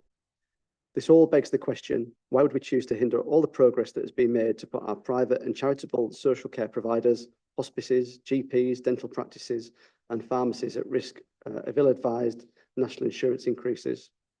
This is why the Lib Dems are calling on the Labour government to reimburse charities and private providers for the additional employer national insurance contributors.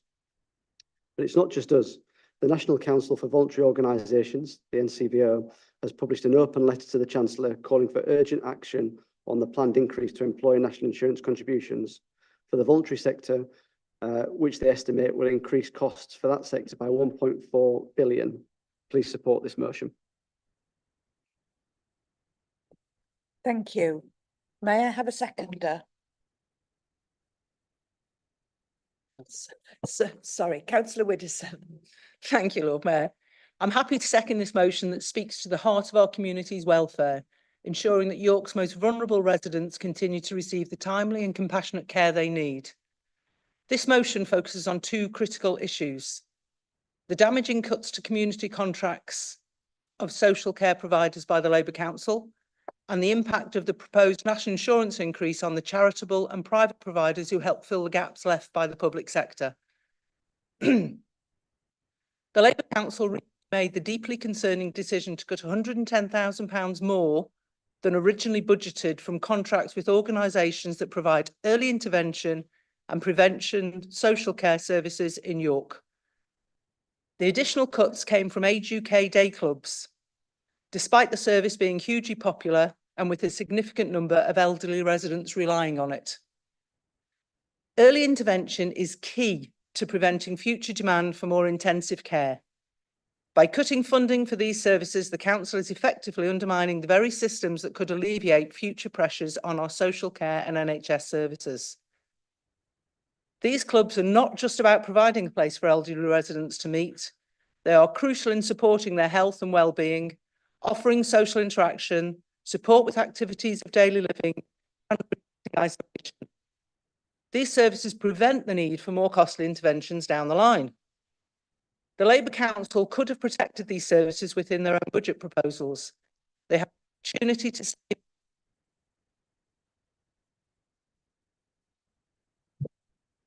opportunity to save Age UK day clubs and other vital services, but instead they chose to make these damaging cuts. This is a failure of leadership, especially at a time when the demand for social care services is only increasing. And don't just take our word for it. Rachel Maskell MP has recently criticised their decision. She made these services have huge benefits for residents, both on mental and physical health. She made the case that without these clubs, older people will become more isolated, and many of the issues around social, mental, and physical health won't be addressed. She has said that you are making a huge mistake here. If you aren't going to listen to us, please listen to your own MP. Many thanks, Lord Mayor. Thank you. Notice has been received of an amendment to the motion as set out in the supplementary papers. I now invite Councillor Ben Burton to move the amendment. Thank you. I'm proposing this amendment not just as a technical correction, but also as an opportunity to reflect on the deeper context of our public services. First of all, let's be honest, half of the wording of the original motion is a political attack. I'm not going to pretend otherwise, and it was obviously not going to be supported. There's only one resolve in there, and it's not actually related to what half the stuff you've been talking about. That's just extra stuff that's been popped into the beliefs rather than actually anything you're trying to bring forward to change. There's been 14 years, not 9, of austerity, and they've devastated our social infrastructure. 14 years of systematic underfunding that has quite literally taken years off of people's lives. Life expectancy in parts of our country has stagnated and in some areas fallen. Child poverty has risen, local government has been stripped of resources, our NHS, our social care, our community services, all pushed to breaking point. In York, we inherited a 40 million budget deficit. Every pound here matters. When we approve budget savings, it isn't a choice made lightly. It is a responsible attempt to maintain our services to protect vulnerable residents when resources are already stretched. Labour nationally is committed to ending this cycle. Higher taxation is not a punishment, it's reinvestment. It's how we rebuild our public services. It's how we restore dignity to our communities. However, we must be surgical in how we apply these changes. Our amendment reflects that precision. We're not dismissing the concerns about national insurance increases. We're asking for careful, methodical consideration of their impact. As it's originally written, this motion would have exempted private providers even when providing purely private services for profit. In a time when we need tax income to grow, that's irrational. Our amendment says, let's look closely at how these national insurance changes might affect our local care providers, not with a blanket exclusion, but with genuine forensic analysis. How will these changes impact GPs, dental practices, hospices, pharmacies? What are the real world consequences? The original motion wanted to score political points. Our amendment wants to take a genuine look at what support our services need. And here's the thing, despite our political differences, I believe we all agree on something fundamental. The services provided by our local care providers are precious. The charitable sector plays a crucial role in supporting our community's health and well-being. So while we can't support the original motion's political grandstanding, we do agree in wanting to further understand the full implication of these tax changes, and I hope we can all support that. Thank you. Thank you. May I have a seconder? Councillor Coles.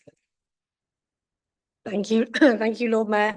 I share much of the sentiment just shared by Councillor Burton, in that, you know, if the spirit of the original motion had been about the protection of primary care and social care providers who support the vulnerable people across the city, it would have been an easy motion to support. And in fact, I spoke to a number of residents in Chapel Fields this morning, some of whom have recently been in hospital, many of whom may soon require care packages themselves, and it's vital that the council is in a position to be able to fund those packages if they're needed. Similar conversations about dentists across the city are also very familiar, I'm sure, to me and to other members here this evening. But the challenge, as Councillor Burton set out in his amendment, is a wider financial challenge facing GPs and dentists across the city. It's been well documented in campaigns that many members in this room have run, as well as from our two MPs. But the deterioration of those services, as Councillor Burton sets out, has been taking place over 14 years, certainly not over 8 years, as set out in the original motion. And that 14 years of austerity had followed 13 years of record investment in both the NHS and social care under the last Labour government, and that has been undermined over the last 14 years, and that is the reason that we're in the position that we're in. There are significant budget issues affecting both our City of York Council budgets and National Health and Social Care budgets, and that's not been accurately reflected in the originally drafted motion, which is why we felt the need to amend it. And I hope that members will support that, because there are some wider issues in play here around the challenges affecting health and social care and dentistry in our city. Thank you. I now invite debate on the amendments. Councillor Runciman. Thank you, Lord Mayor. Before I start, I want to put on record my thanks to Richard for trying to let me hear. I can't hear everything. I could hear Councillor Coles, you'd be pleased to hear, but I couldn't hear most of Councillor Burton, but I'm sure whatever he said, it was very interesting. So now I'll start with what I want to say. I'm speaking against this amendment to our motion. Yet again, we see an amendment proposed by the Labour group which seeks to wreck the meaning of a motion we've put to full council. We tabled this motion so that council can say to the government that it unambiguously opposes an increase in employers' national insurance contributions imposed on private and charitable social care providers, hospices, GPs, dental practice and pharmacies. Instead, we have an amendment put forward that seeks to water down this clear statement.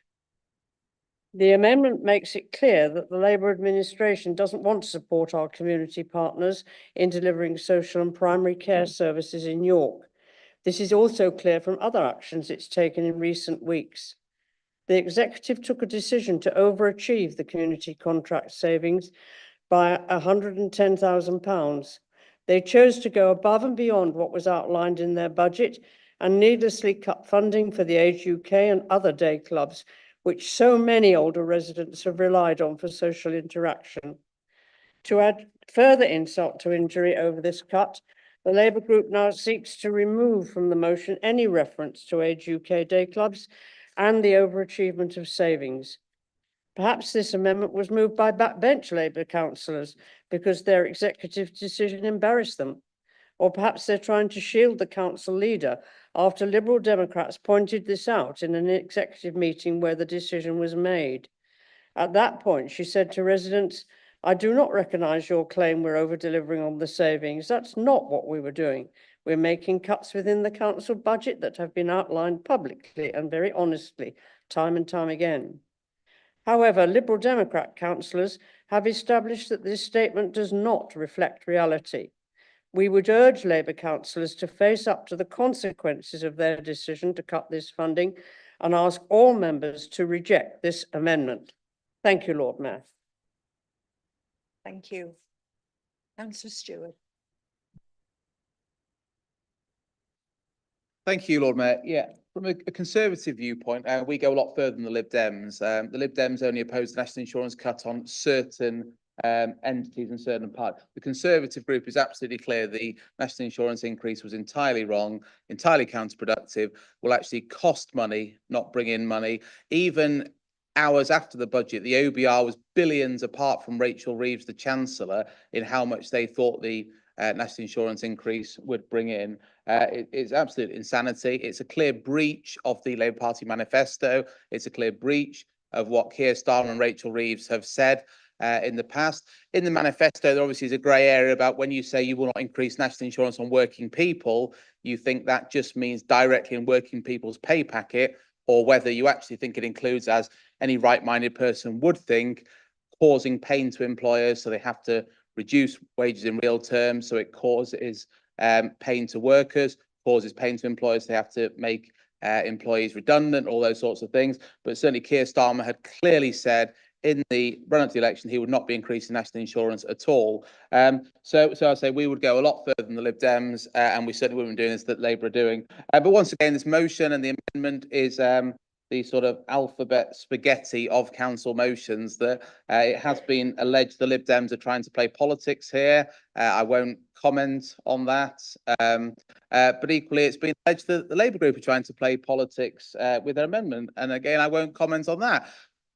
Does this change anything at all for the good people of York? No, it clearly doesn't. Does our health, primary and social care get improved in any way? No, it clearly doesn't. And so once again, we're voting not on the issues that matter about, should we be taxing people more, which we shouldn't? Should we be protecting, these vital services, which we should? We're looking at cross-referencing numerous different things in a motion and amendment, which means that we don't support the amendment because at heart it's a wrecking amendment. And then inevitably when it passes, because it's wrecked, then we'll be abstaining on the motion. But they're not doing us any favours. We need to get on to more substantial and better motions like the next one. Thank you. I can't see any more hands. So I'll now take a vote. Oh, sorry, Councillor Mason. Sorry about that. Do you wish to reply? Briefly, Lord Mayor, won't surprise you to hear that we can't support the amendment, given it undermines the total ethos we were trying to get from the first one. So we won't be supporting it. I will say it is disappointing as well that Councillor Runciman can't hear, given this was an issue we flagged well in advance before this meeting. Thank you. I will now take a vote on the amendment. If you wish to vote for the amendment, please raise your hands now.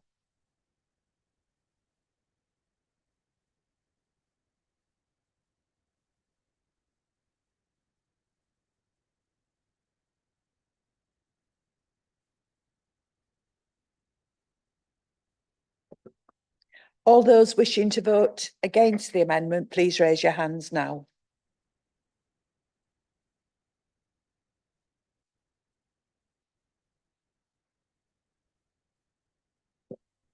All those wishing to abstain.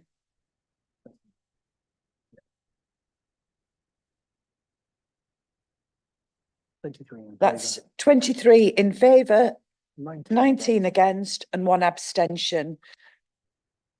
The amendment is therefore carried.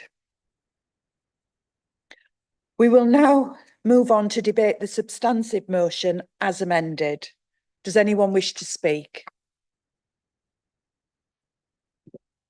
Councillor Webb.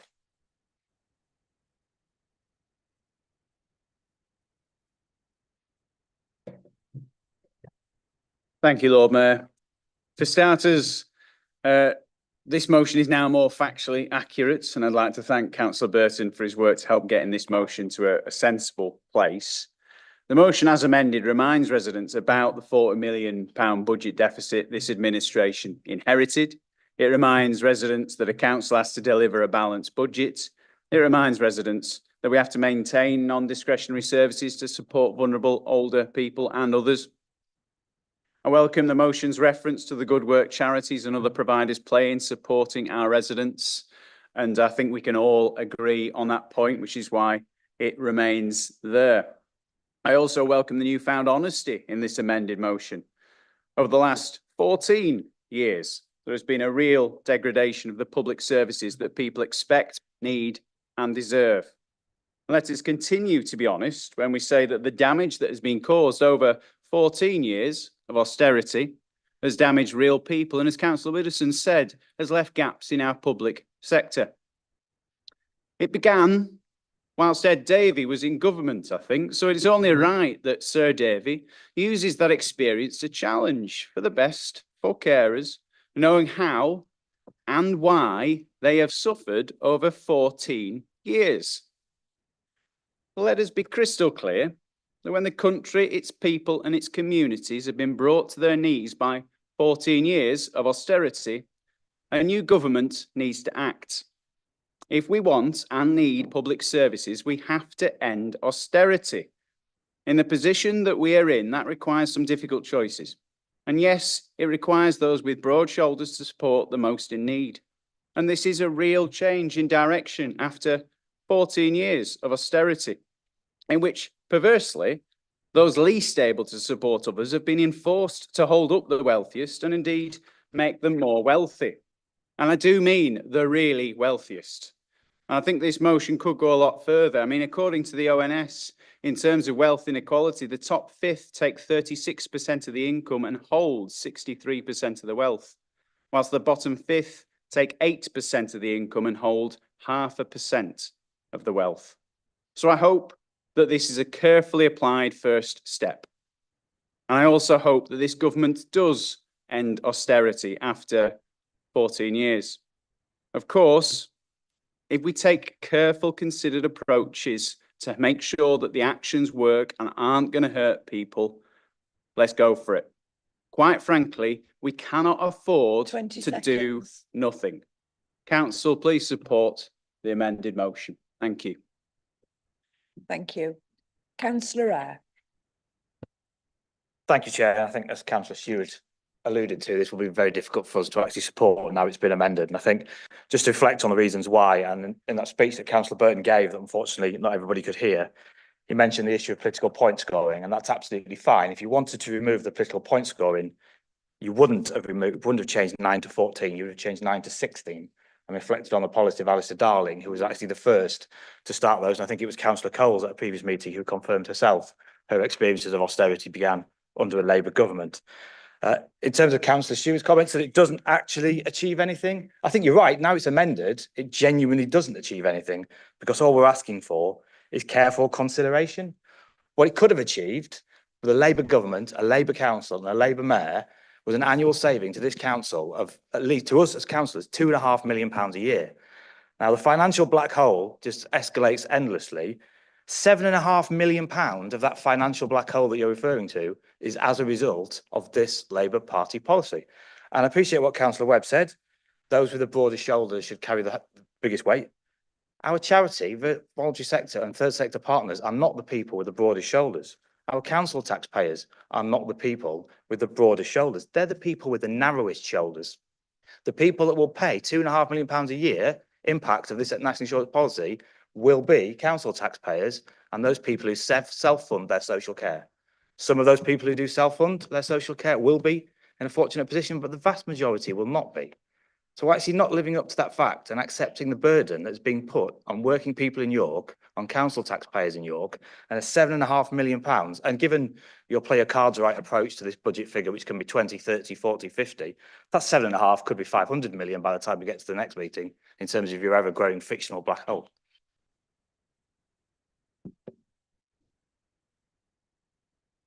I can't see any more hands, so Councillor Mason. Do you wish to reply? I think Councillor Ed probably summed it up quite nicely there, Lord Mayor, but yeah, we won't be supporting the amended motion for obvious reasons. I will now take a vote on the motion as amended. If you wish to vote for the motion as amended, please raise your hands now.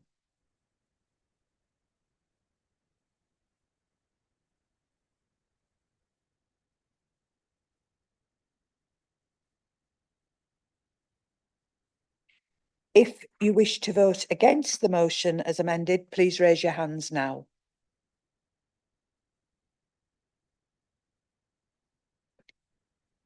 If you wish to abstain, please raise your hands.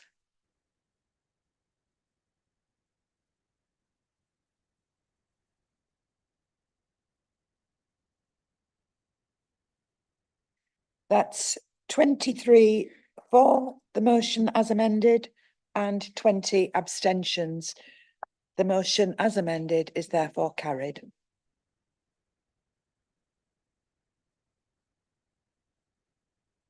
Pardon? Feels like we've lost a person. 20.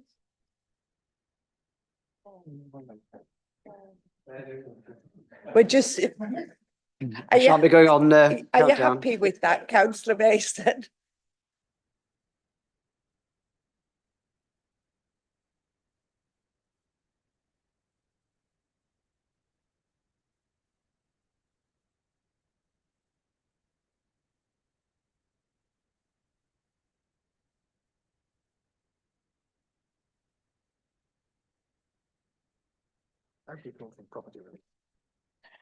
I now invite Councillor Stewart to move the third motion, which relates to agricultural property relief.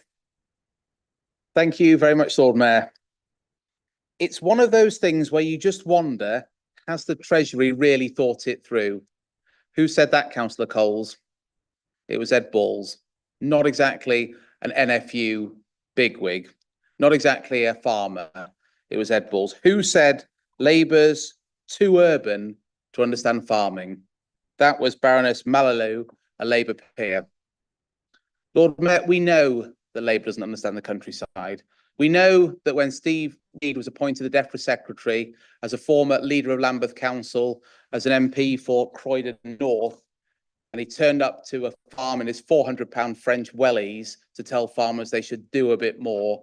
We know that Labour don't understand the council, they don't understand the council, but don't understand the farming communities. The basis for this change is totally lacking. Two Labour ministers got together and wrote an article in the Times, and they quoted economic experts. Those economic experts were apparently the IFS and the Tax Policy Centre. Now, in 2023, Aaron Advani, I hadn't heard of him either, he wrote the IFS report. And in 2024, Aaron Advani was the lead trustee on the Centre for the Analysis of Taxation. It's one person. There is no basis whatsoever. This is simply a Labour proposal that they believe farmers are rich and they want to tax rich people, and that's the point. But that's not the reality of it. APR will hit ordinary farmers and will destroy farming as we know it. You can own land if you're very rich. You can own farmland. Bill Gates will buy a lot of this farmland. He'll pay nothing in inheritance tax.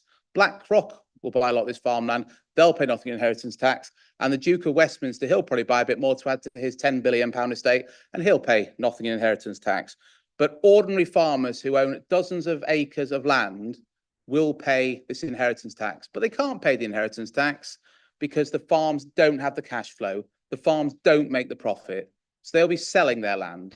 These people who go out every day of the week in all weathers to serve us, to look after our food, these people who've had their farms in their families for generations will be forced to sell parts of their farms to downscale, downsize. It's a direct attack on them, and it's a great shame. We need to stop this change. It is profoundly the wrong thing to do. It profoundly doesn't understand why APR was brought in many years ago, which was very much about, for good reasons, of ensuring that farmers would invest in the land. There's no point investing in the land if that value added is going to be just boosting Rachel Reeves' coffers. Steve Reed, the DEFRA secretary, actually said farmers should look at tax planning. There's two incredible things about that. What tax would anybody bring in and then urge people to look at tax planning? A minister actively saying, I'm bringing in this tax, but please look at how you can avoid it. That's the best thing to do. It makes no sense whatsoever. But if you're an 85-year-old farmer, you can't look at what steps you can take. You know, these are people that risk having their whole lives, their whole livelihoods decimated. And the final point I'd make, Lord Mayor, is that there's also changes to BPR.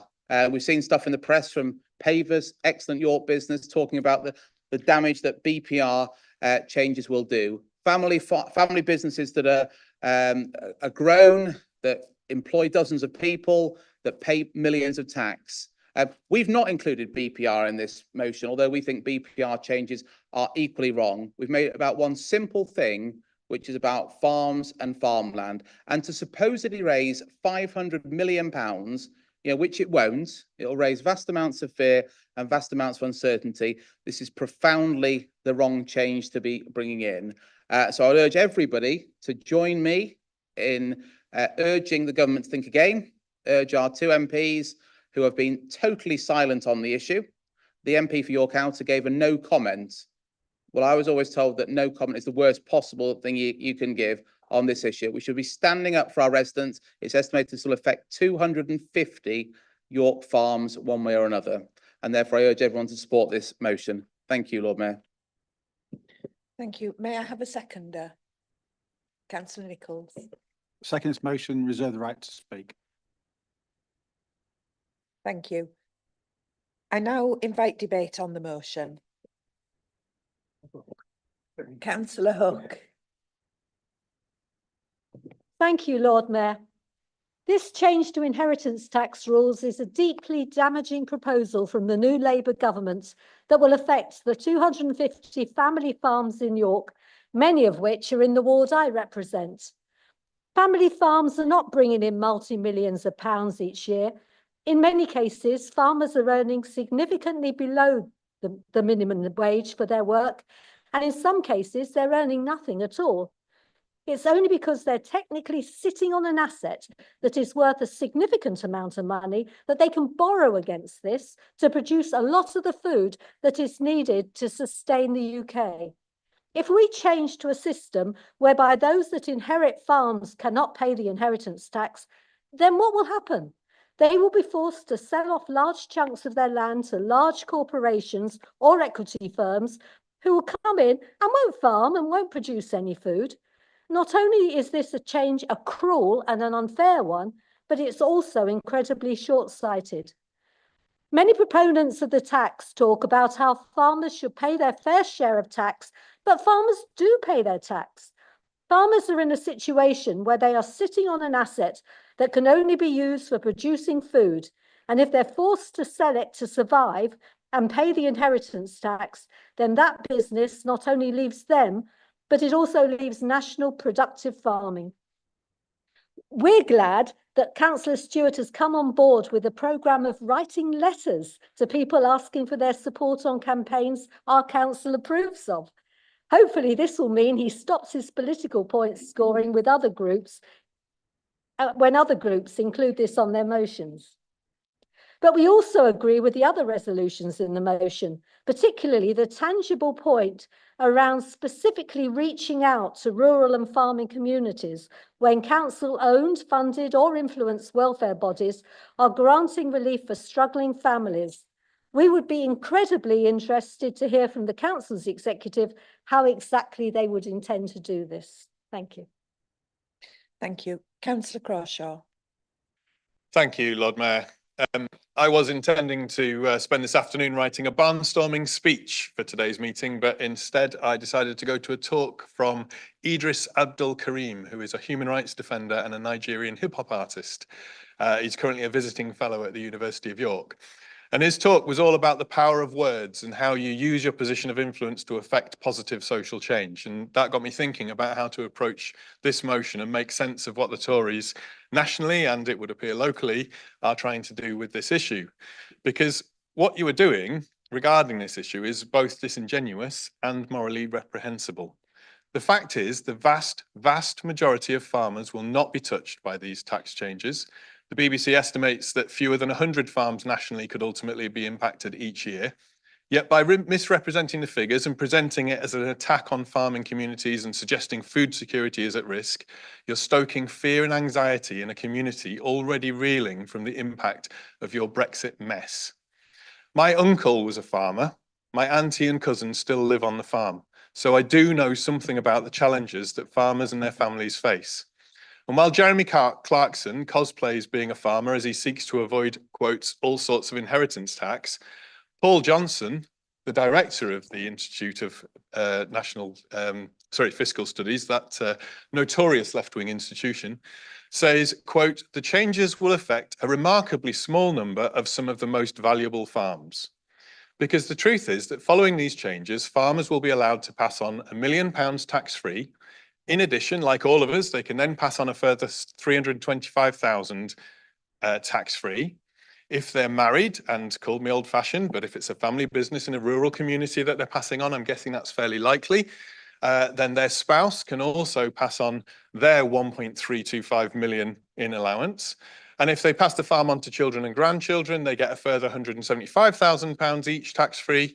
And so after that, up to 3 million tax-free, inheritance tax is then applied at half the rate that it would be for anybody else passing on any other similar sorts of assets. Where it is incurred, there's then a 10-year interest-free period in which to pay it. So dressing it up as this attack on 250, there aren't even 250 farms in York, according to the council's own statistics, it's 230.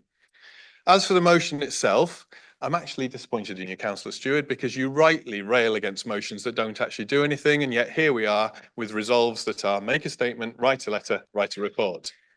So whilst rural poverty is, of course, a significant problem, I'm urging members not only to vote against this nonsense, but also to perhaps reflect on the power of our own words and our responsibility not to unnecessarily escalate anxiety or drive false division. And I'll end with this thought, quote, residents expect us to concentrate at council on things within council's remit rather than national grandstanding, end quote. I would like to commend the then leader of City York Council, Councillor Chris Stewart, for that sentiment.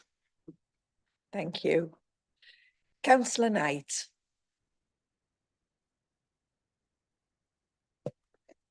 Thank you, Lord Mayor.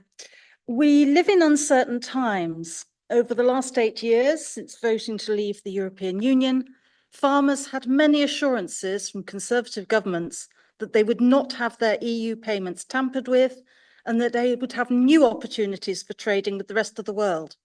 This has not been the case. Farmers are key allies in tackling climate change and the nature crisis and caring for and restoring the countryside while producing high quality food for our tables. But their ability to do this has been threatened by the old Conservative government's botched transition away from the basic payment scheme. We support the move to public money for public goods, but many farmers have seen their incomes threatened as old payments are cut and new payments are not fully rolled out or properly funded. The Conservatives' botched deal with the EU contributed to food shortages and high food prices and severely damaged farmers' ability to export to their main markets in Europe. While new trade deals undermine animal welfare and environmental protection, undercutting responsible British farmers and setting a dangerous precedent for future deals. So many farmers felt betrayed by the last Conservative government, and now they feel lied to by Labour. In the UK, we only produce 55% of our own food. In this uncertain post-Brexit world, in the midst of the Ukraine war, and with Donald Trump set to escalate trade wars, putting British farms under threat is the wrong choice. The decision to move to an inheritance tax on farms is creating a false economy. If we lose farming, we lose our ability to feed ourselves, and that will cost far more than what could be raised with this inheritance tax. There are better and more efficient ways of raising income that the Labour government could have chosen. The Liberal Democrats set out in our manifesto that we would have closed the loophole It would have given banks a massive tax cut. There are many ways for the government to raise money without causing devastation in our countryside. These farms have been in families for generations, and we should really think about what this will mean for potentially the last generation of these farmers and their mental health. And we wish that more was said about the emotional impact of losing a farm that has been in your family for 5 or 6 generations. Also, there have been suggestions from many that this change will not affect tenant farmers. 20 seconds. This is not true. Landowners faced with inheritance tax and often little emotional attachment to the farm will sell, putting tenant farmers out of work and making them homeless, leaving these farms at risk of being bought up to create super farms, which is not in the best interests of our environment or our food quality. Thank you, Lord Mayor. Thank you. Councillor Merritt. Thank you, Lord Mayor. Whatever we think about the individual policies of any government, the countryside and farmers are responsible for just under half of the food we eat on our plates once exports are removed from overall production. So domestic food production is a very important issue. But this motion significantly misrepresents the position in terms of the new tax change, both nationally and locally.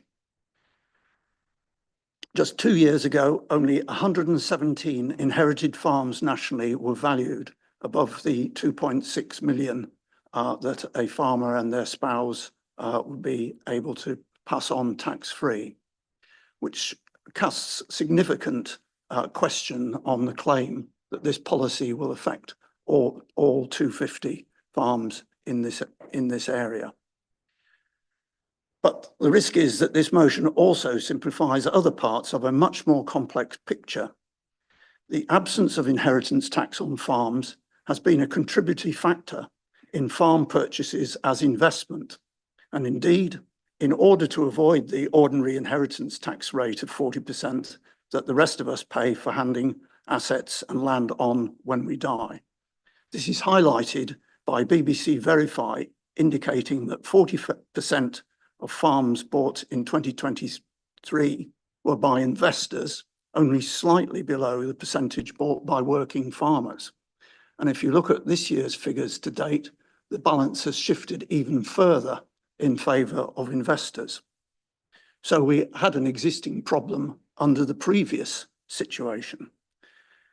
The further impact of this, as the Financial Times article made very clear on Tuesday, is it has also been inflating the value of agricultural land. And this has been steadily squeezing farmers out of farm ownership over a considerable period of time. We know that hardship exists in rural communities, though agricultural workers who are at the really worst end of that don't feature at all in the consideration in this motion. But if we come back to the tax system surely around inheritance should be about fairness, not finding ways to sustain assets within particular families. 20 seconds. I urge members to oppose this motion, both for reasons of accuracy, of fairness, and over its misdirection. But it's also important that we do do oppose it, because if we do not take these hard decisions on where to find additional tax revenues, we are not going to solve any of the major problems facing public services and support for the less advantaged members of our community. Thank you. Councillor Fisher. Thank you, Lord Mayor. Councillor Crawshaw is perfectly correct. The maximum amount a couple can pass on is about £3 billion. If it's single farm, it's about 2 million.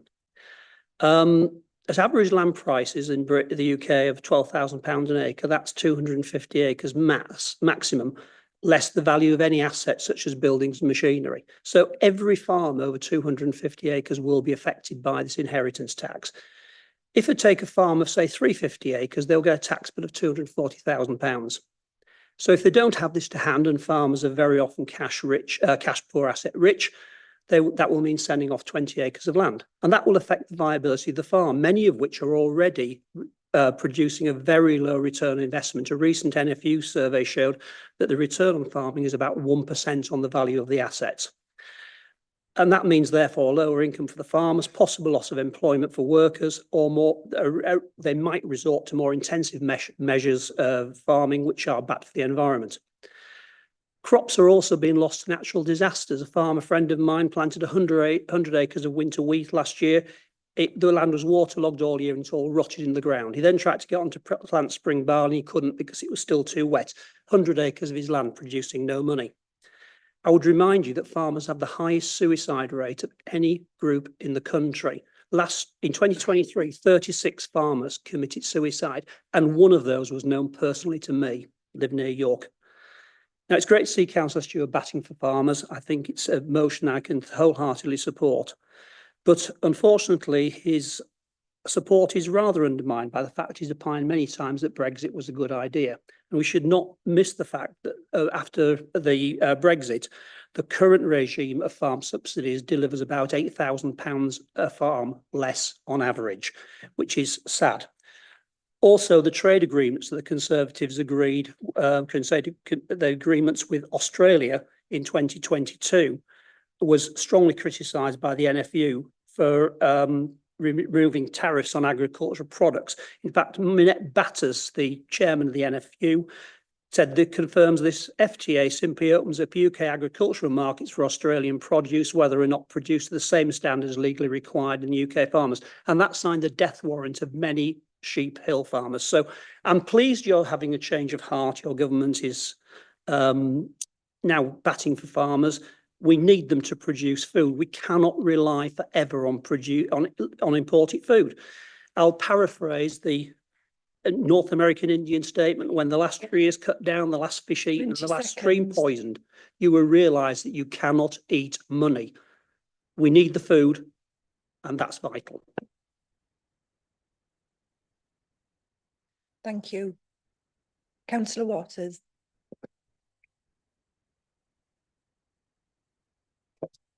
Thank you, Lord Mayor. Whilst I fully agree with this motion, I do need to say that the process of both forcing and coercing farmers off the countryside began under the last government in pursuit of spare land for building to accommodate the population crisis created by uncontrolled mass immigration and pursuit of net zero ideology. Clearly, under the new government, the ambition to develop the countryside will move up a few gears. You've only got to see what's going on in the greenbelt farmland around York to realise things are moving at a pace. Hundreds, if not thousands of acres of productive farmland going to be covered in solar panels, land under threat of battery storage systems or wind farms, and of course, vast new housing estates. The more difficult and expensive farming becomes with regulation and taxation, the more it frees land up as farmers give up the struggle. Rather than me drone on, I'll repeat the very good recent observations of Jeremy Clarkson, who said, "I'm becoming more and more convinced that Starmer and Reeves have a sinister plan. They want to carpet bomb our farmland with new towns for immigrants and net zero wind farms. But before they can do that, they have to ethnically cleanse the countryside of farmers." Quite a strong sentiment. Unfortunately, too many now seem to think that food grows on the shelves of the supermarkets. It doesn't. It grows in muddy, cold fields with farmers working long hours all year round to ensure the nation is fed. A strategy of forcing farmers off the land in favour of other land uses is going to compromise the nation's food security at a very bad point in history, and it's madness. Remember, we can all do without politicians, but we can't do without farmers. Thank you, Lord Mayor. Thank you. Councillor Rowe. Thank you. Yeah, this motion and the discussion is riddled with factual errors. Point one was thoroughly covered by Johnny and Dave, but only 77 properties in this country were valued above £3 million, claiming APR last year. Not all of those were family farms, so it's about 50 to 100 impacted in total. Opposition parties locally and nationally have shared ridiculous figures. It presumes 0 farmers are married, none claim IHT relief, all 50-hectare properties will be impacted, none of which is true, and confirmed are the OBR, IFS, HMRC and the BBC, the numbers that are shared by the government are correct on that.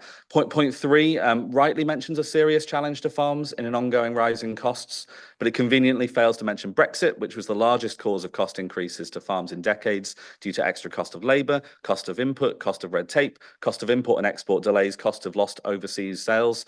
Last year, Farmers Weekly did a survey on Brexit that found the vast majority of farmers said it had been detrimental. The vast majority said their own farm had been negatively impacted. That includes the majority of farmers who voted to leave the EU. Over 80% of vegetable farmers, which hits York farmers pretty hard. Over 80% of those surveyed said Brexit had been even worse than expected. That's the Tory legacy alongside the financial void that has to be filled if we're to leave behind 14 years of brutal austerity and start to invest in public services once again. Point 4 talks about the real winners and says they're the overseas wealthy. The reason the press and multimillionaires are opposing it and whipping up a storm is obvious. The top 2% of wealthiest mega multimillionaire farmers in the country claim 20% of the current relief paid for by the rest of us. The majority of farm purchases in the last year were from high net worth individuals treating them as assets. So it's the overseas wealthy that have caused this problem. James Dyson, for instance, owns 35,000 acres of farmland and had the entire front page of the Times early this month. Jeremy Clarkson said it was the critical thing that made him decide to become a farm landowner. £700 million of tax was avoided by 275 inheritances last year. A side point on the error in an article that said Luke Charters MP declined to comment. That sentence was removed from the article. There are actually quotes from Luke in local press on this issue. And the reason the Tories are whipping up the storm and trying to win this PR campaign is pretty obvious. This year's general election was the first time in history farm landowners voted for Labour as much as the Tories. Labour gained countless constituencies with large numbers of farms for the first time, including York Outer, and 59 of the 100 most marginal constituencies. So the Tories know they need to win these voters to win the next general election and have cynically manipulated reality and lied about the impact for that reason only. I end with a quote. Who said the Tories were morally bankrupt when it came to farming? That was the outgoing president of the NFU earlier this year. Thank you. Thank you. I can't see any other hands, so Councillor Stewart, do you wish to reply? Yeah, wow. Lots to go out there, Lord Mayor. First of all, I'd like to apologise for the administrative cock-up, which means I've not got the correct version of the motion, because I've got the one I submitted, which doesn't have any reference to Brexit. Brexit must have been quite a big part of the motion in some way that I've not seen for 3 speakers to talk about it. So I'm not sure what I've accidentally added into the motion. The motion doesn't reference Brexit in any way at all. Just on the most ludicrous of the comments, Councillor Rose, if you think farmers voted Labour at the last election in a majority, that is literally, and I genuinely mean that, that is literally the most stupid thing I've ever heard said in this council chamber. I don't doubt for a second a lot of farmers stayed at home. I don't doubt for a second that a lot of farmers voted Reform, but the farming community is solidly conservative. And I'm sure Councillor Crawshaw will be able to verify that in terms of him watching my speeches. It's extraordinarily flattering that you've gone back 8 years on the webcast to watch what I'm saying. I assume you've had to go back on the webcast rather than remembering what I said or being there at the time, but extremely flattering, Councillor Crawshaw. I hope you didn't spend too long talking about that, because the person you've been to see today might have been more inspiring than me. In terms of the tax, and Councillor Crawshaw also saying it is morally reprehensible, our motion. Morally reprehensible is ludicrous terminology to talk in. And also the fact that Councillor Crawshaw believes to be a family you have to be married, which I think is quite interesting as well. I wasn't aware that was the Labour Party position. Well, that's what was said, Councillor Taylor. Absolutely, that's what was said. He said they are family farms and therefore they will be married, is what he said. It is absolutely what he said. Absolutely what he said. I won't watch the YouTube video, Councillor Webb. The simple fact is there is no way whatsoever Labour would have picked this fight if it was going to affect 100 farms. No way whatsoever. They know it will affect lots of farms. They don't care it will affect lots of farms because they want to attack what they regard as people that are an easy target, people they regard wrongly as wealthy, and people who they know will never vote Labour, except when being canvassed by Councillor Rose. In terms of the number, I stand by every single word of this motion. Councillor Merritt said we didn't mention farm workers in this. It literally has the words farm workers in it. It talks about rural hardship. It couldn't be any clearer on the overall picture. Now, I would suspect that people are objecting, if they're voting against it, to number 2, which is to write to York's 2 MPs, stressing the importance of farming for York and urging them to oppose the change. If that is the case, if that's fine, they want to not try and persuade Luke Carter, who's mute on the subject, and Rachel Maskell, who has been equally mute on the subject, then can the executive please sign up to number 1 and number 3 of my motion? Hopefully Councillor Douglas can come out and declare that. This is simply an attack on farmers. It's an attack on people who do so much for us. It will have a vast effect on people. Thank you, People can Councillor avoid Stewart. the thank you. Just one final sentence, if I may, Lord Mayor. People can avoid this tax. Steve Reed has urged them to avoid this tax. They can avoid it by being a huge multinational company, by being a rich overseas investor, by putting their money in trust. What they can't avoid is if they are a humble local farmer, and that's why I urge people to support this motion. Thank you, Lord Mayor. Lord Mayor, just on a point of order, may I make a personal, I've forgotten what it's called now, but I saw it in the Constitution, which is helpfully printed in the papers, personal statement. I just want to be absolutely clear, because you put words into my mouth about families having to be married. That is absolutely not what I said. Families take all kinds of different ways. What I actually said was, if they are married, and called me old-fashioned, but if it's a family business in a rural community that they're passing on, I'm guessing that's quite likely. I think that's a reasonable statement, but I want to be absolutely clear that families, my own included, you do not have to be married to be a family. Right, thank you for that clarification. I will now take a vote on the motion. If you wish to vote for the motion, please raise your hands now.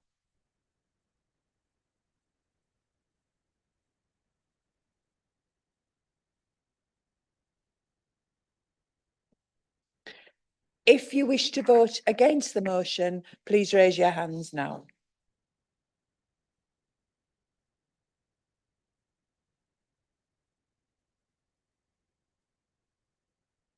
That's 20 for the motion and 23 against. The motion is therefore the motion is therefore lost. Sorry about that. I've got the wrong mouth on. On that foot, pardon? On that, I think it's time we took a break. So I'm going to call a 15-minute comfort break from now.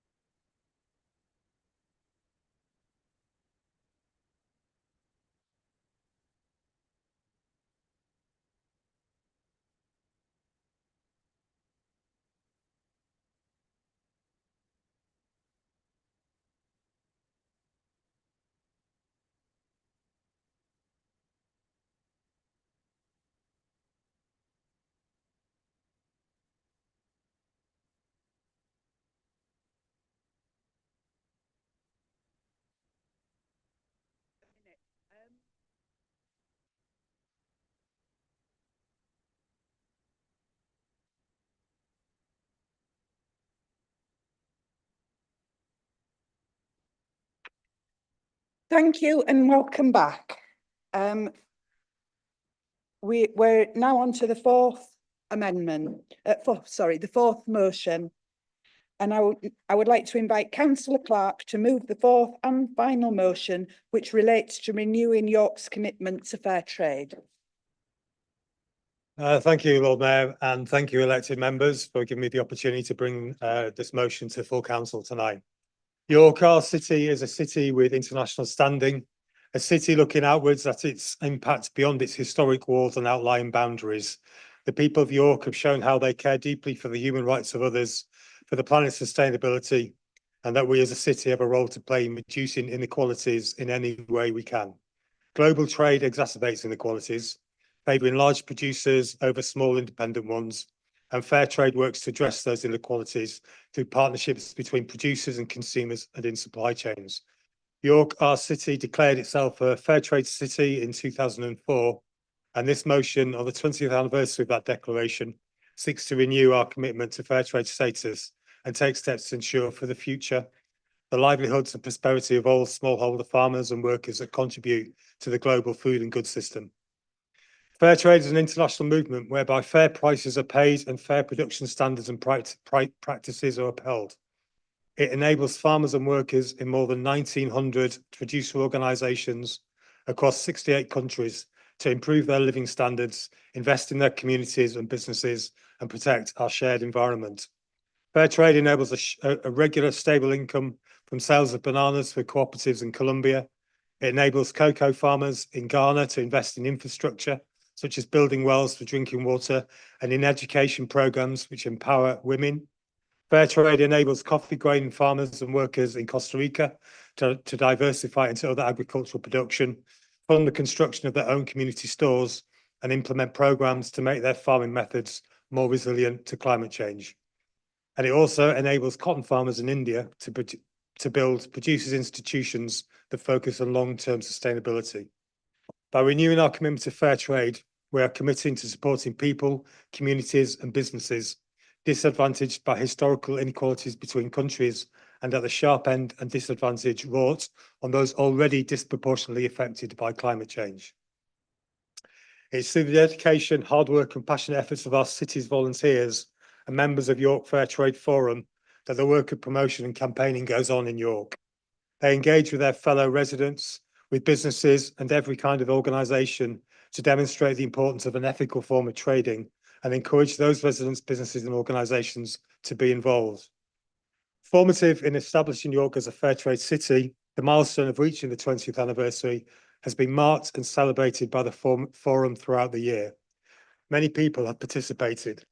Children from Helmland and Cawood primary schools were recruited to design posters which delighted attendees at the Mansion House event in March. York Central's MP Rachel Maskell tabled a parliamentary early day motion. Art exhibitions, film shows and stalls at community fairs have been organised to promote the reasons for choosing fair trade and making available fair trade products. We can show leadership tonight as a council for our city by reaffirming our support for the work of these volunteers, for your Fair Trade Forum and the Fair Trade Foundation. Reductions to inequalities and the effects of climate change will only be achieved through working with others and with partners locally, nationally and internationally. We expect our city's businesses, through the Good Business Charter, to place value on fair wages, fair working conditions, environmental responsibility and ethical sourcing. Our own council's social value priorities through the One Planet York framework makes a commitment to put economic, environmental, social and cultural sustainability at the heart of our organisation. We can show leadership as a council in these respects by looking at our own supply chains and continuing to adopt fairer trade. And we can as well, as a council, lobby the new central government to develop policy and legislation that builds on fair and stronger trading partnerships that work for people, planet and long-term sustainability. I encourage members to support this motion. Thank you. Thank you. May I have a seconder? Councillor Burton. Yeah, thank you. I'm very happy to be seconding this motion. 20 years ago, York made a bold declaration by becoming a fair trade city. Today, we're not just celebrating a milestone, but recommitting to a principle of global justice. When we talk about talking about more than a label on a coffee packet or a banana, we're talking about human dignity. We're talking about farmers in countries like Kenya, Costa Rica, and India who work tirelessly to produce the goods we consume daily, yet often struggle to earn a wage suitable to live on. Fair trade is evidenced as leading to higher incomes, better living standards, improved rights for workers, and often better gender equality for those communities involved. The UK is a global consumer. Our consumption of goods far outstrips poorer countries. We import 40% of our food. We're also a very privileged country. Our nominal GDP per person. Our nominal GDP per person in 2024 was 4 times higher than the world average and 55 times higher than 25 countries. Thank you. Many people in the UK are struggling right now, but where possible as a wealthy nation, the United Kingdom has a moral responsibility to ensure our purchasing decisions don't perpetuate global inequality. Every fair trade purchase is an act of solidarity. It's a statement that says your labour and your life matters. This motion asks that the council embeds fair trade in its buying strategy. It's not enough to make ethical choices occasionally. We must weave ethical procurement into the very fabric of how we operate as a council. This means examining every supply chain, challenging every contract, and prioritising suppliers who demonstrate genuine commitment to fair wages and sustainable practices. Our local actions have global implications. By maintaining our fair trade city status, by supporting the York Fair Trade Forum, by consciously choosing fair trade products in our catering and procurement, we send a message that local government can be a catalyst for global change. The 3 asks of the Secretary of State are also crucial. We need fundamental restructuring of trade policy to prioritise human rights and environmental sustainability. We want trade policies that protect the most vulnerable, safeguard the environment, and create social stability. Fair trade isn't just about feeling good, it's about economic justice. It's about recognising that in an interconnected world, the cup of coffee we drink, the t-shirt we wear, aren't just commodities, they represent human stories of struggle and potential. By supporting this motion, we're not just renewing a status, we're saying that York stands for something bigger than itself. Thank you. Thank you. I now invite debate on the motion. Councillor Culwick. Thank you, Lord Mayor. I welcome that we're presented with this opportunity to renew our commitment to fair trade and its vital role in promoting social justice, sustainable development, and in reducing global inequalities. I'm not sure there's a great deal in this motion which has not already been agreed by this council, but as someone who is involved from the earliest, along with Councillor Waller, in establishing the York Fair Trade Forum, and York as a fair trade city, attending both the launch at the Mansion House in 2004 and hosting, as Lord Mayor last year, the celebration of 20 years in March, I wholeheartedly welcome this renewed commitment. The motion is not just about continuing a label or a status, but reinforcing our responsibility as a community to support those whose hard work often goes unnoticed and whose rights are too often unprotected. Fair trade is more than a certification. It is a lifeline for farmers and workers across the globe, ensuring that they receive fair pay, better working conditions, and access to sustainable practices. Fair trade empowers communities to build strong, self-sufficient businesses. In regions where poverty is endemic and exploitation a norm, fair trade offers hope, provides farmers with better terms, allows them to rise above the volatility of global markets and to work toward a better future for their families and their communities. Fair trade prices help lift farmers and workers out of poverty, ensuring they can cover basic needs, improve living conditions, and reinvest in their communities. We as a council have a role to play in this process. As a fair trade city, we have shown that commitment to ethical trade that can create lasting impact. And so, of course, this is an opportunity to renew our pledge to maintain that status, to continue raising awareness, and to actually actively support initiatives in the city that promote fair trade. By continuing our engagement with the York Fair Trade Forum, ensuring that fair trade practices remain part of our social value strategy and procurement, we are sending a message that York still is a city that stands for justice, fairness, and for a better, more sustainable world. And so this motion endorses a lot of great work that has taken place since York became a fair trade city and proposes that we continue. So, yes, I am pleased to endorse this opportunity to renew our commitment as a step toward promoting a fair and more sustainable global trade system. I'm sure we will all support this motion. Thank you. Councillor Waller. Thank you, Lord Mayor. Happy to support what Councillor Cubic has said. A similar motion to this was passed on the 11th of November 2003 in order to get the necessary support from the council for the establishment of York as a fair trade city. Unfortunately, you can't actually see that on the website. There's a drop-off point. So motions that are 21 years old, you can't actually see. So it's something that we might need. Not every house is furnished with 30 years worth of full council minutes. So the purpose was to ensure there was an increase in public awareness of fair trade and the reasoning behind it.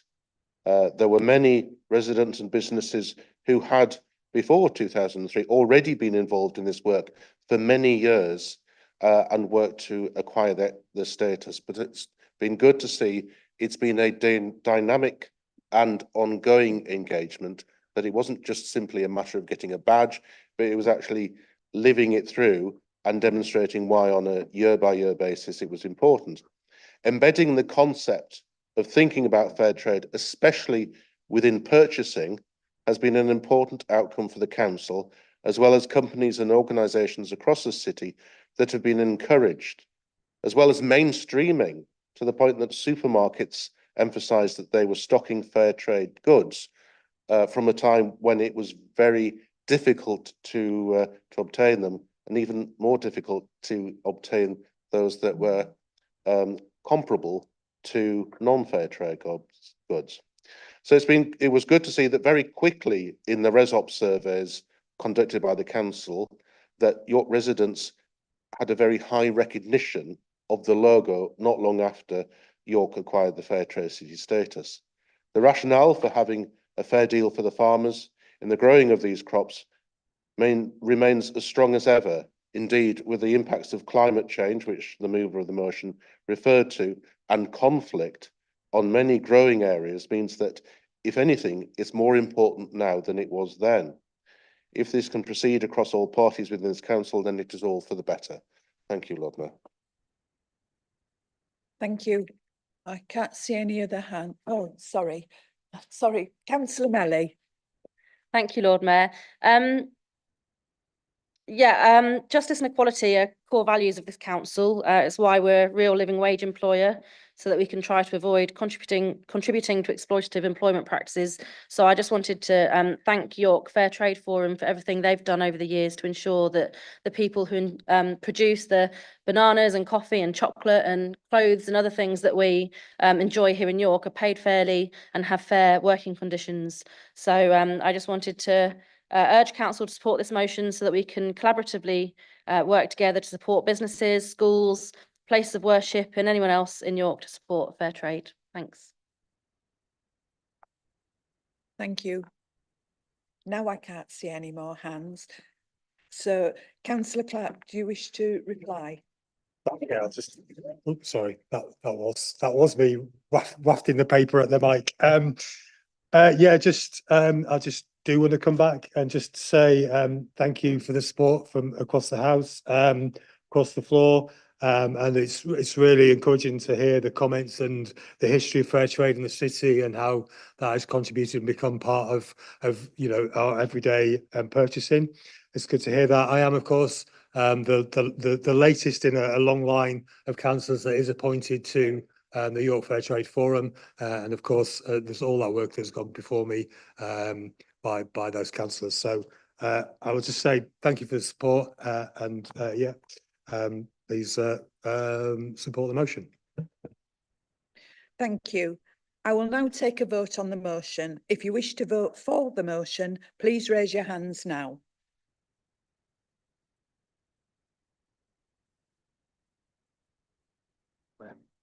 That's unanimous. Therefore, the motion is carried.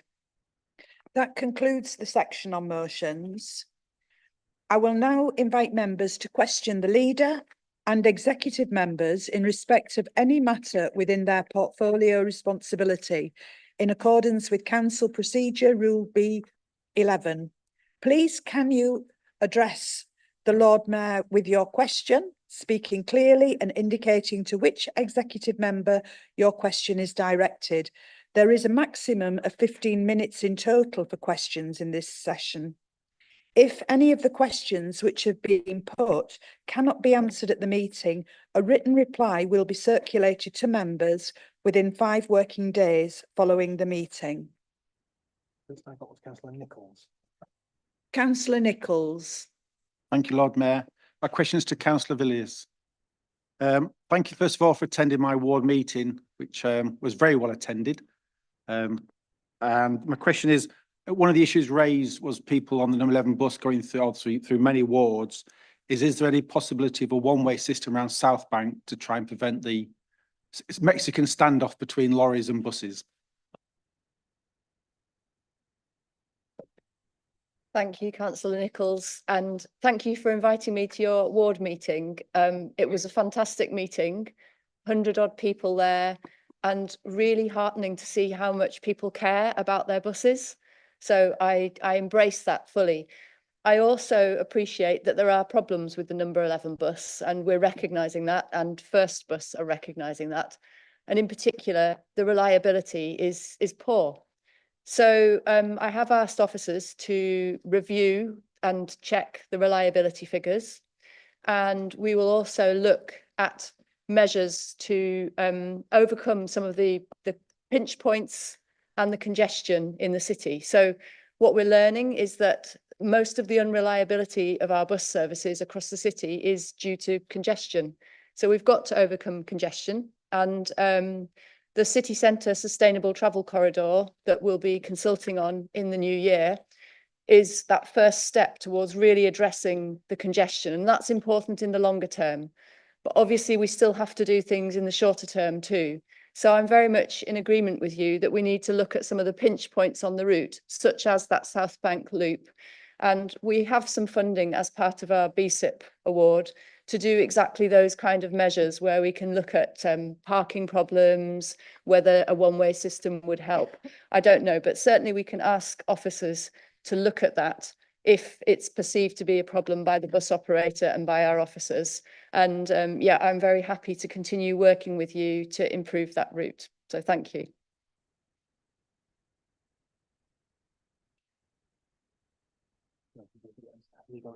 Was that supplementary, Councillor Rowley? Councillor Fenton.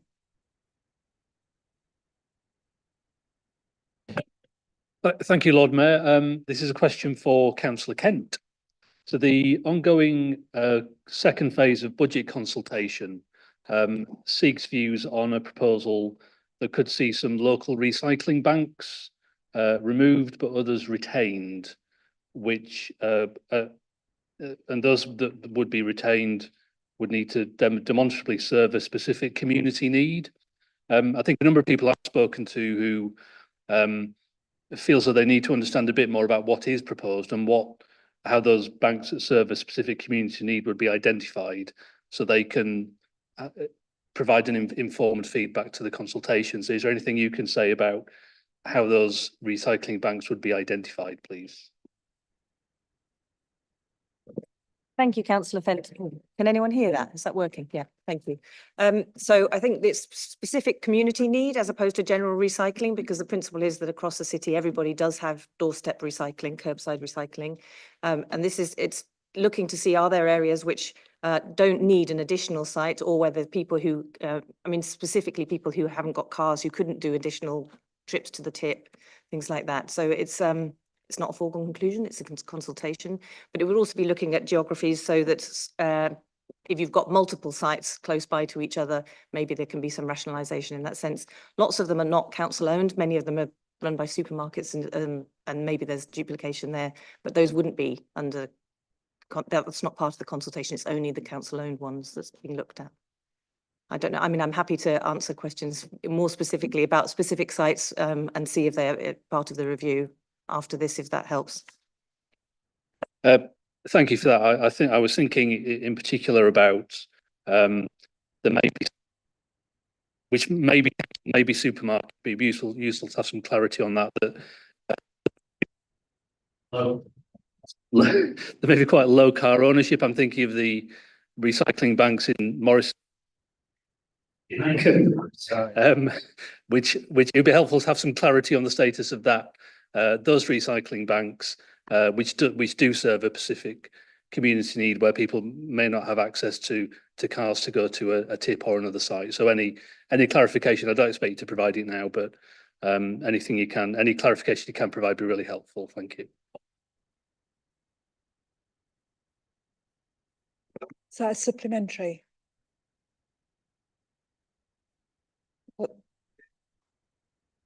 Was Councillor Stewart, is that? Sorry, was I did you, that, yes, I can talk to you afterwards, yes.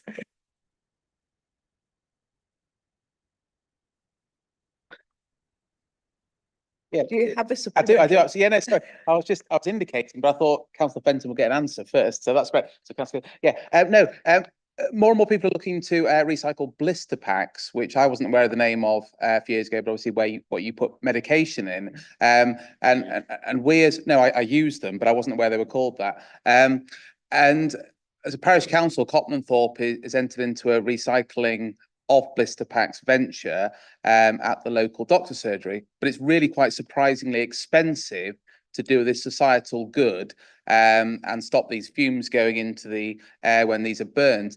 Is this something that the council is looking to do anything with at all, to recycle blister packs? Because the council could potentially do it in all sorts of ways with doctors at a broader scale, potentially with drug companies and those sorts of things. Because at the moment, it's an unusual example of recycling, where if the community wants to do it, with the exception, I think, of a couple of local stores, it is quite expensive for the community. I completely agree. The difficulty with it is the expense, and so there have been multiple attempts at this with doctor surgeries, pharmacies across York, and East Riding as well was very good at it for a while. But most of them have withdrawn it because of the expense, and the people who were doing the recycling were not continuing it. We don't have the facility to separate. What you've got to do is separate that foil from the plastic, and that's the difficult part. We don't have the facility for that in Alison Park or Your Waste. I haven't seen any local authorities yet, but if anyone has examples of local authorities doing it, I haven't seen that personally. So currently there are no plans because of the expense, but Boots and some of the supermarkets have indicated that, they do the recycling old makeup, and there's more and more sort of bespoke recycling going on in shops and things, and Boots have said that they're looking at it, but not the York store yet. But I've asked the question, and it's part of what sort of increased recycling across the city is something that we're looking at. We're looking at it with the Sustainability Clinic at York University, and the waste group of the York Climate Commission is also trying to set up sort of more varieties of and more information spreading about where you can recycle difficult items, which we can't do as a council. But sorry that I haven't got a positive answer for that at this stage. Can I just, I meant to say this after the break. Can I just remind members to speak to the microphone, please? Some people are having difficulty hearing. Councillor Crawshaw. Thank you, Lord Mayor. This is a message. This is a message. I've been listening to too much hip hop today. That's my problem. This is a question to the exec member for Housing, Planning and Safer Communities. I understand that you've recently agreed to consult on implementing a public space protection order to tackle public urination, defecation and dog fouling. Public urination in particular can be a problem in Micklegate Ward associated with race days and people drinking. And I just wondered what this PSPO would mean in reality for residents affected by this behaviour.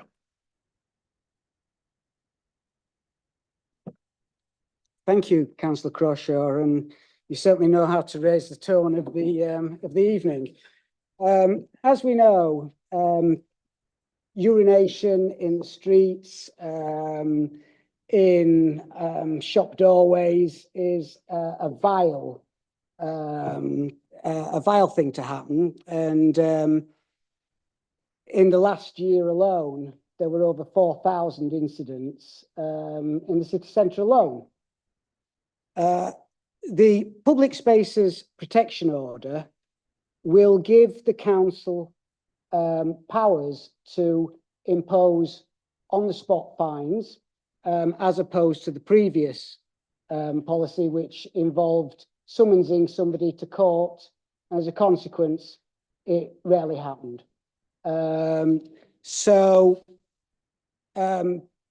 Council staff, bid rangers, police will now have the opportunity, when they come across somebody urinating in the street, to get their name and to impose a fixed penalty notice. So I hope it's going to make a difference. It certainly make a difference in the pocket.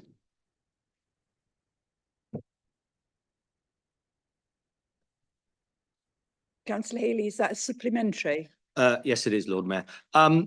I would, on a very personal level, strongly commend any enforcement actions you can do in Micklegate, particularly on waste days, particularly at the weekend, and particularly in St Martin's Lane, because I am, to continue the phrase, pissed off with having to go outside and essentially tell people to stop urinating on the church wall.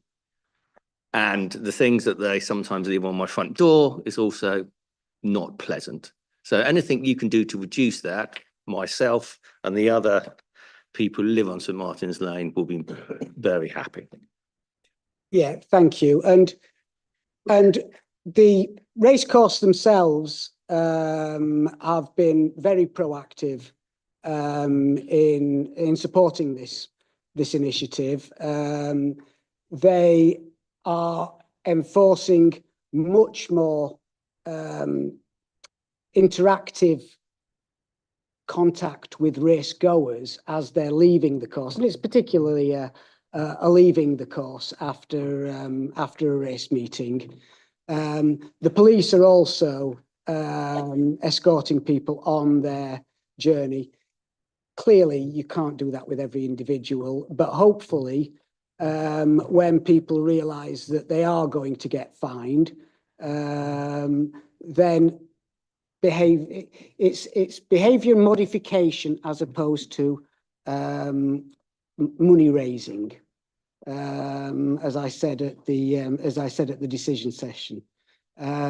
It's about changing people's behaviour and their understanding of just how unacceptable this is.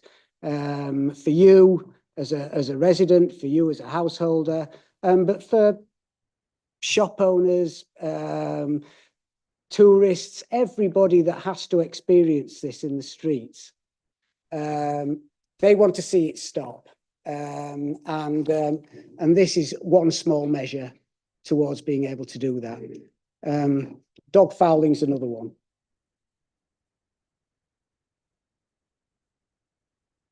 Was that supplementary? Councillor Widdowson. Thank you. This question for Councillor Villiers. Council finances continue to be reliant on parking income, and the ongoing budget consultation includes a proposal to further increase city centre parking charges. Can you please set out what assessment has been made of the likely impact on council finances if this were to lead to a significant decrease in parking income, and whether alternative sources of revenue have been identified?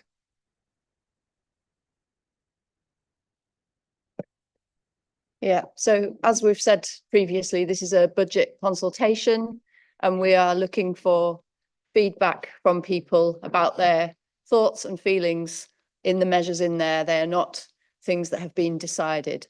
But with the parking income, The premise we're starting from is that currently it is far cheaper to drive into York and park than it is to catch the bus into York. And our transport strategy very much wants to enable people to use sustainable means of travel. So we've taken the approach of matching family bus ticket cost with the first 2 hours of parking in the city centre, so that if you're coming into York for 2 hours or more, it is cheaper to catch the bus into the city than to come and park in the city, and to help that behaviour change that we need to see. Obviously, we don't know the full impact because you don't know how people's behaviour is going to change. But we look at other cities that have done similar measures, such as Edinburgh, where it's even more expensive, Oxford, where it's also even more expensive, London for sure, and various other cities where parking prices are similar or even higher. And what we're seeing there from their evidence is that it didn't stop people driving in so much that the income was drastically reduced, but it did bring about some of the behaviour change that we're looking to see. So it's a tool that helps us with our parking strategy, with our transport strategy, but it's also potentially a tool that helps to raise some income for the council. The estimates so far that the officers have put together suggests that it will increase parking income. Of course, there's uncertainty in it. So we don't know exactly what will happen, but it's out there, it's a suggestion, and we're waiting to see what the public feedback to us on it. Thank you, members. That concludes the questions, and we will move to agenda item 10. A written report by Councillor Lomas, the Executive Member for Finance, Performance, Major Projects, Human Rights, Equality and Inclusion, set out in the Council papers. I now invite members to question Councillor Lomas on her written report. May I remind members that standing orders allow 10 minutes for questions to the Executive Member. If any of the questions which have been put cannot be answered within the time limit, a written reply will be circulated to members within 5 working days. Councillor Stewart. Thank you, Lord Mayor. For simplicity, there are 3 views on council tax: that it should be frozen, as advocated by Keir Starmer a year ago, that there should be an increase, such as 5%, as is the current Labour government policy, or that there should be no cap. In which camp is the Executive Member? That's an interesting question to frame in that way, Councillor Stewart, but I'm really happy to talk about our approach to council tax. And what we would like to do with council tax, of course, is to make sure that the council can continue to provide the services that our residents need and rely on, and the services that our residents deserve, against a backdrop of chronic underfunding over a significant period of time that has left us without enough income to cover even the basic level of services that we have been providing. So what I would prefer to do with council tax personally is less relevant to this conversation than what I think we will be in a position, forced into a position of, which is to increase council tax in order to safeguard those frontline services that our residents rely on so much. And many people this evening in various speeches on various topics have talked about those frontline services and the importance of safeguarding them and preserving them, and their importance to the lives of residents in our city. And so what personally I think about council tax, far less relevant as taking decisions that are important to safeguard frontline services for the city.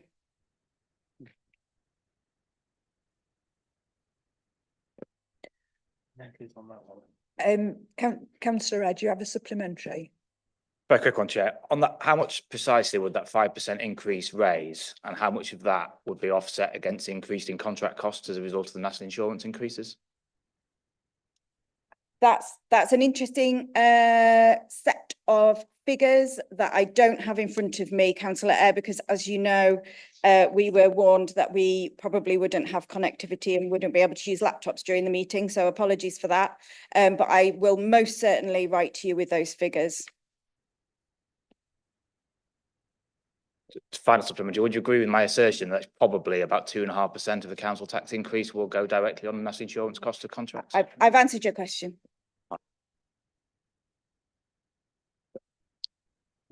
Councillor Taylor. Thank you, Lord Mayor. Concerning affordable housing on York Central, can the executive member explain how plans have changed over the last year and how she sees the role of social housing helping meet the housing needs of York residents on this site? Thanks, Councillor Taylor. Really pleased you asked about this because this is a really important issue for residents of York. And obviously the York Central development is a really exciting development for our city and in fact for the region beyond our city. And I'm really excited that now that we have entered those really productive discussions with all of the partners in the York Central Partnership, that we are now looking at not the 20% affordable housing that was originally planned, but in fact, we're looking at ways that we can double that amount to providing 40% affordable housing on that site. That's a really exciting development, actually delivering for the people of York and giving the opportunity for ordinary people in York to be able to live in their own city, which is something that I know we are all very concerned about at the moment. Was that a supplementary, Councillor Healy? Super quickie. The leaders report, I believe, had a figure. So I can't see you at all. Had a figure of up to 50%. Should the figure that the council should be holding you to account for be 40 or 50 or 20? Well, as I'm sure you know, Councillor Healy, the original plans for York Central were for 20% that your previous administration agreed was 20%. So that is the figure which you can hold us to account on. But I'm telling you that we are ambitious for our city, and so we are going to go further than that.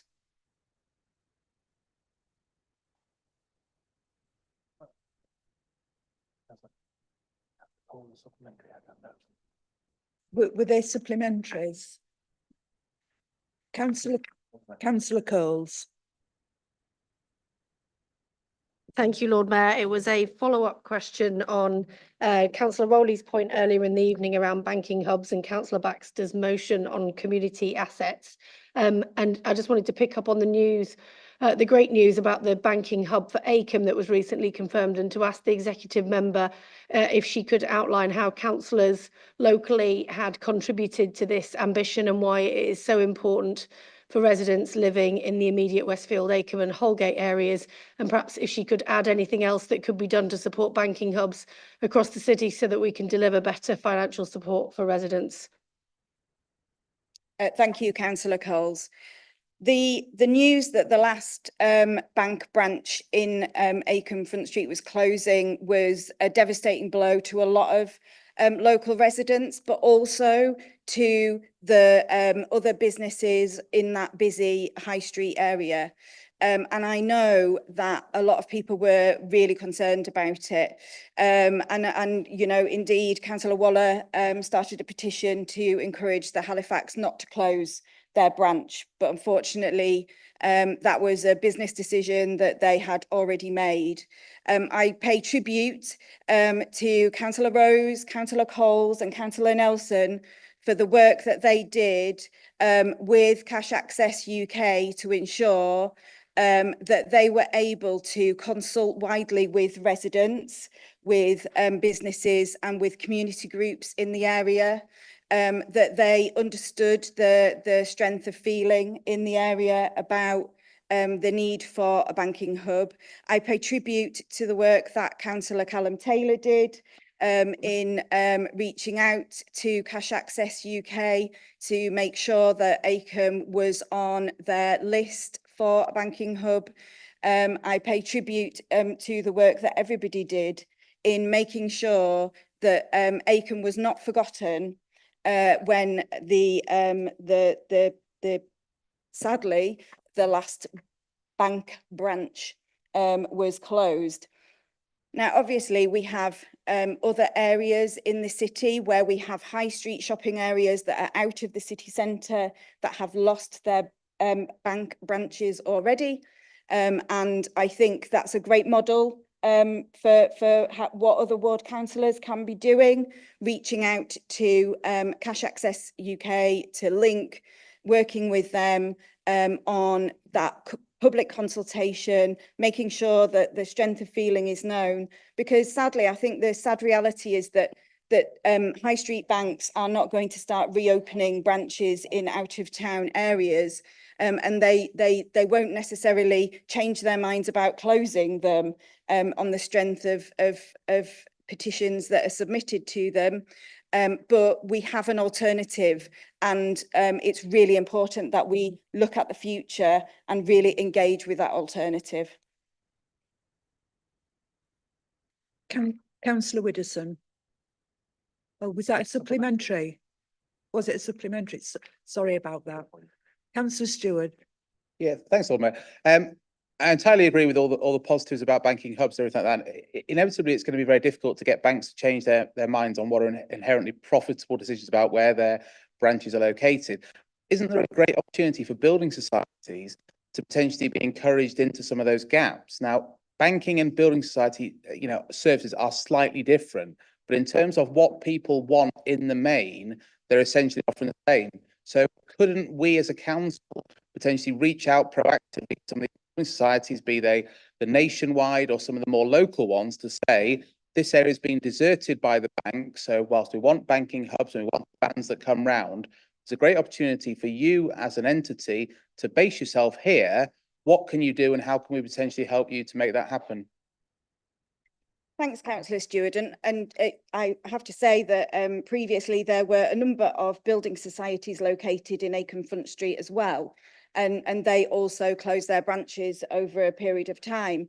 And I think that it's clear that the building societies which offer banking facilities, because that's what we're talking about, we're not talking about the building societies that do not offer banking facilities, because they would not be as useful, but they are taking similar approaches to the other high street banks in centralising their branch structures. I note that some of them have made pledges about not closing branches, but I suspect they will take the same approach of not wanting to reopen branches in those areas. But if there are any links that we can make to encourage branches of banks or building societies which offer banking facilities to open anywhere in our out of city centre shopping areas, then we absolutely will do that. I want to apologise to Councillor Widdowson, but I'm afraid that we've run out of time, and that concludes the questions.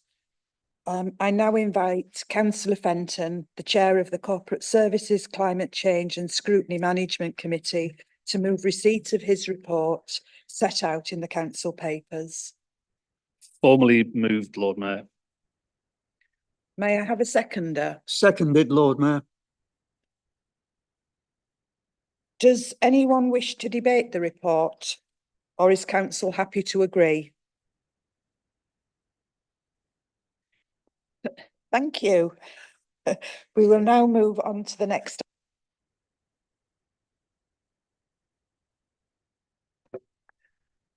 I now invite Councillor Hollier to move the recommendation in the report at item 12 of the council agenda, seeking to approve the new council procedure rules. Thank you, Lord Mayor. Just very quickly, just put on record my thanks to the councillors and officers that have put in a huge amount of work in what's not necessarily the most glamorous of jobs, but is crucial in ensuring our rules are up to date and fit for purpose. It's certainly the case that concerns remain about some of the changes, such as the loss of the executive member reports. But I think the commitments from the leader over the future contents of reports reassures somewhat. And it's the case that some changes will inevitably need bedding in, and no doubt more tinkering will follow. Nonetheless, I think this has been a good example of cross-party working, and I'm sure we can all look forward to the many future instalments of the various constitutional changes that are likely to become a regular feature of these council meetings. So happy to move, Lord Mayor. Thank you. May I have a seconder, please?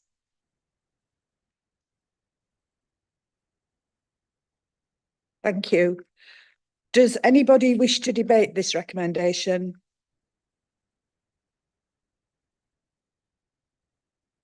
I'm presuming that you don't wish to reply to that then, Councillor Hollier. We move to vote.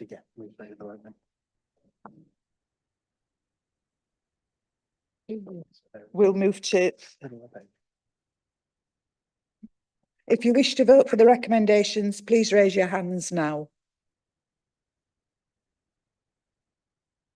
Again, unanimous, Lord Mayor. That's unanimous. So we will now move to item 13. I now invite Councillor Melly to move en bloc the recommendations of the Licensing and Regulatory Committee to Council from the Licensing and Regulatory Committee meetings held on the 8th of October 2024 and the 4th of November 2024, as contained in the report set out in the Council agenda and agenda supplement. Thank you, Lord Mayor. Yes, I'm very happy to propose the new statement of taxi licensing policy. I'd like to thank councillors from all parties for all the work they've put into this policy over the last 3 years, and officers for all the work they've done on it, and members of the public as well, various local groups have put a lot of work into this policy to make sure that taxis are as available as possible, as accessible as possible, and as environmentally friendly and safe as possible. And yes, also happy to propose the statement of gambling licensing policy. Again, thank you to councillors from all parties who have worked on that, so that we can have a policy that ensures people can gamble safely if they like to, but that we can protect people from gambling harms as well as much as possible. Thank you, Lord Mayor. Thank you. May I have a seconder for the... Sorry, Lord Mayor, I forgot. I would also like to propose a small amendment, please, to the statement of taxi licensing policy. Just a correction. There's a few parts of the policy and the attached annexes that refer to the largest private hire operators as being 99 plus vehicles. That should say 91 plus vehicles. It's just a typo. Thanks. Thank you. May I have a seconder for the recommendation? Thank you, Councillor Butson. I now invite debate on the recommendations. Please indicate if you wish to speak.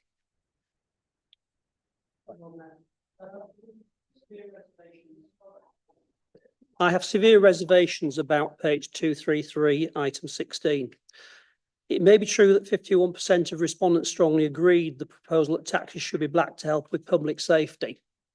But public safety surely involves not being involved in accidents, and research has shown that black cars are between 20 and 47% more likely to be involved in accidents. Black cars are difficult to see at night. They blend into the surroundings. Insurance is also higher on black cars because insurers take visibility into account. There's a perfectly good reason why taxis in New York are painted yellow, because they originally were painted other colours, but now they're all yellow because of visibility. I've just bought a bright yellow car, and the one thing everyone says is, no one's going to miss you. I'm sorry, I don't agree with the idea that these vehicles should be mandatorily black. I think it's exactly the wrong colour to make them.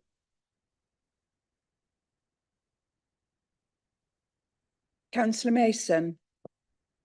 Thank you, Chair.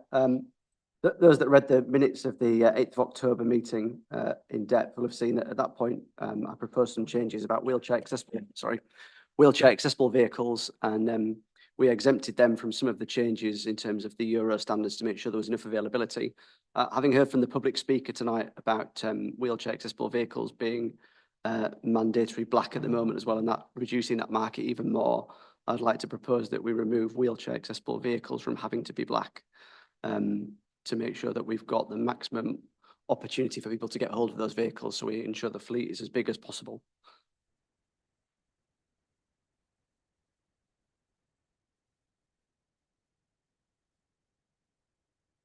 14.4, Lord Mayor, is the point that I'd put the exemption on.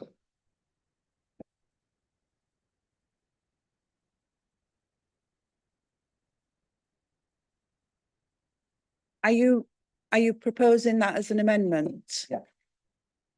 I'll second it. And councillor Widdowson is seconding it.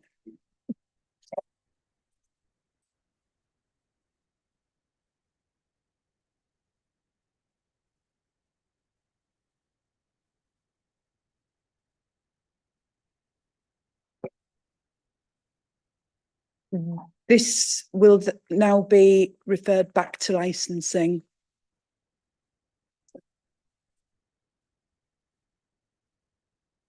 Lord Mayor, can we not take a vote on whether or not to approve the policy today? Or a vote on whether to approve this amendment, seeing it's been proposed and seconded? I believe there are statutory deadlines for us to meet.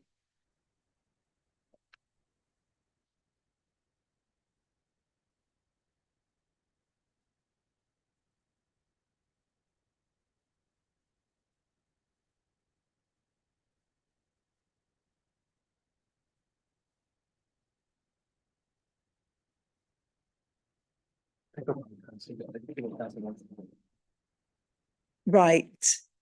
I will take a vote on whether or not council wants to accept that amendment. So all those in favour. Are we allowed to debate, Lord Mayor? Nobody's moved to the vote, I don't think.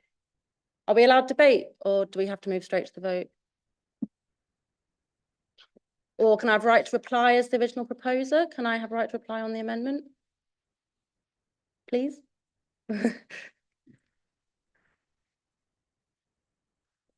I will just refer you on. So because what we're dealing with councillors is a policy rather than a motion, there is a question as to whether or not, having had it moved and seconded, we should simply take a decision on whether council is comfortable to accept the proposed amendment. If council is not, then that would conclude the matter here, and you would continue with the debate on the remainder of the policy. If council is comfortable to consider the amendment, then it would need to be referred back to licensing committee to consider the implications, and then come back to this committee, this council, for a final decision. But as the proposer of the policy, if someone's proposed an amendment to it, do I not have right of reply? Not under the constitution. Could I request the opportunity to speak briefly?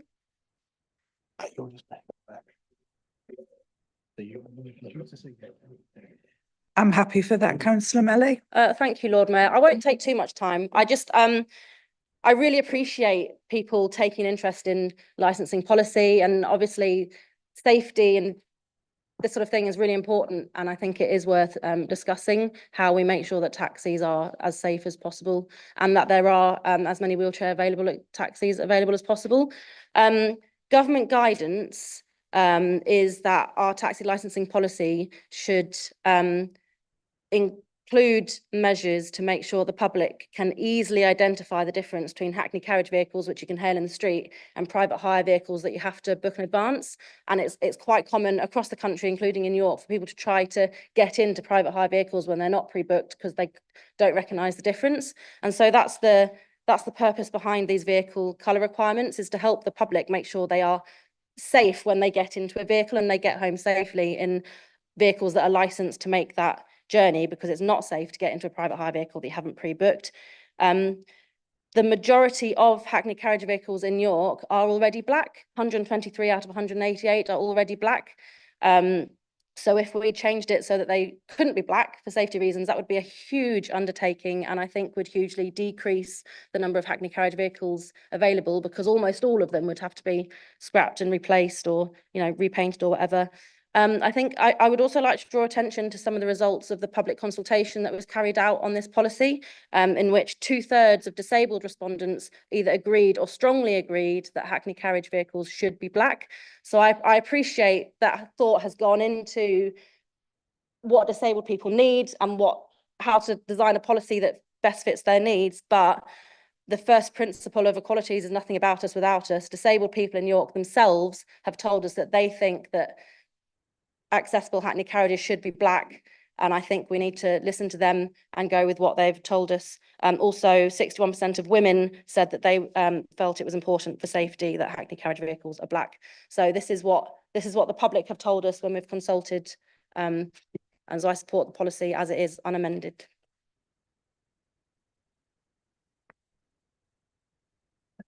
Thank you, Councillor Melly. I'm now going to take a vote on whether or not council wants to accept this amendment. All those in favour, please raise your hand now. Which amendment, Lord Mayor? There's two. There's one amendment, your amendment. What about the numbers?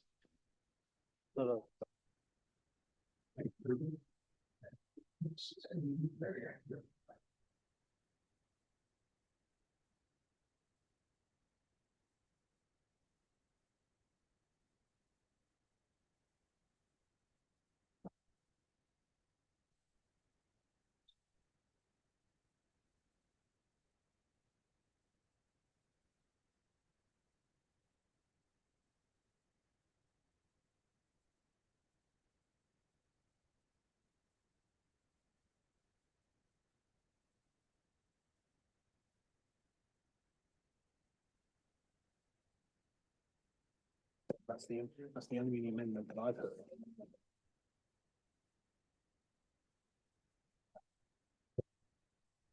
Members, we're taking a vote on 14.4, which says must the vehicle be black. That was the amendment that we understood we were looking at. So that's what I'm asking you to vote on. So if you're voting in favour of that, please raise your hand. In favour of Councillor Mason's amendment.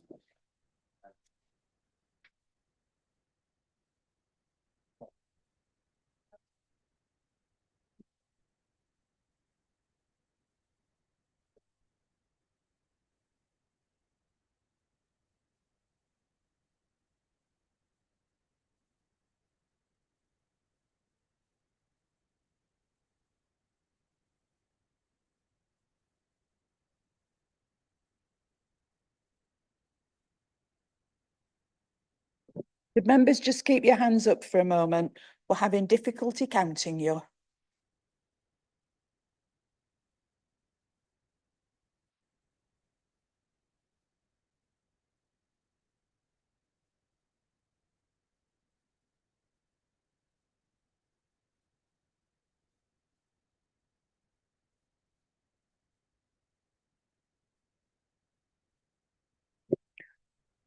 All those voting against the amendment, please raise your hands now.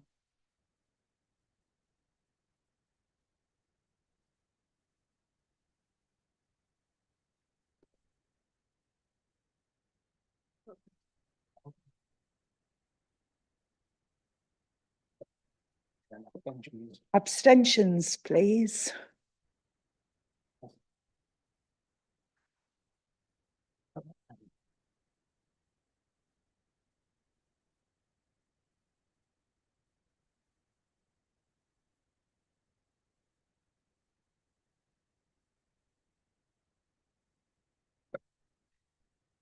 That's 14 for the amendment, 23 against, 24 against the motion and 4 abstentions. Therefore, the amendment falls.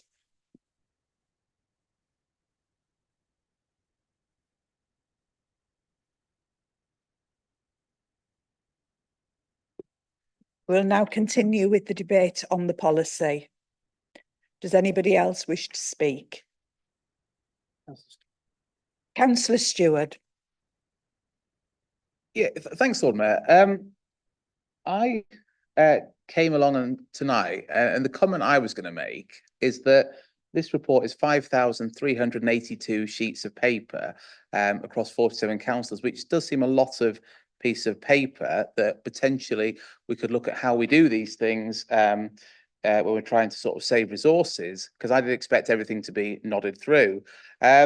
It's obviously been to the licensing committee, an all-party licensing committee, and I'll hold my hands up and say I've not read every word of this report, and I may or may not be the only one that's the case for. But I'm a bit uncomfortable with how we've just made that decision then. I mean, it's extremely refreshing that one of these to be nodded through reports hasn't just been nodded through. But equally, I'm not quite sure we've really given that issue the debate it could or should have had.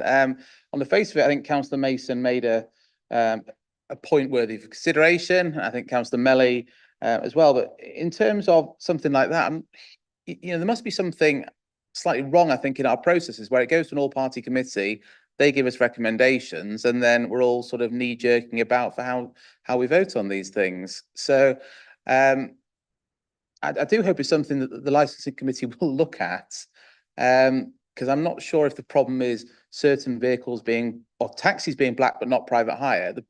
For me, the thing is people need to be able to recognise a vehicle that will legally and legitimately get them home, rather than a vehicle that might be, some sort of criminal offender. So yeah, bit unusual, I think, and I don't think it's the greatest way to make policy, as it's turned out, and discuss things.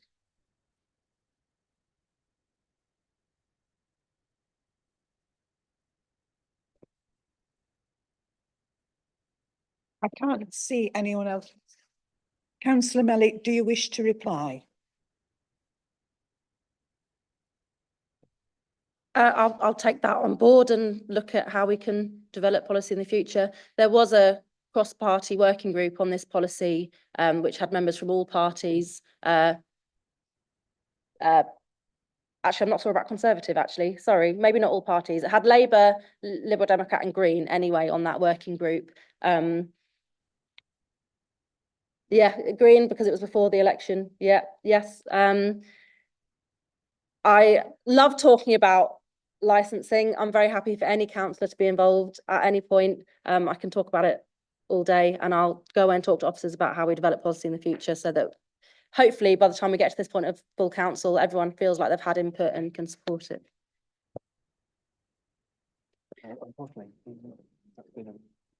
Lord Mayor, Is that a point of order, Councillor Orrell? no, it's a question, Lord Mayor. Have we agreed the amendment Councillor Melly proposed? No.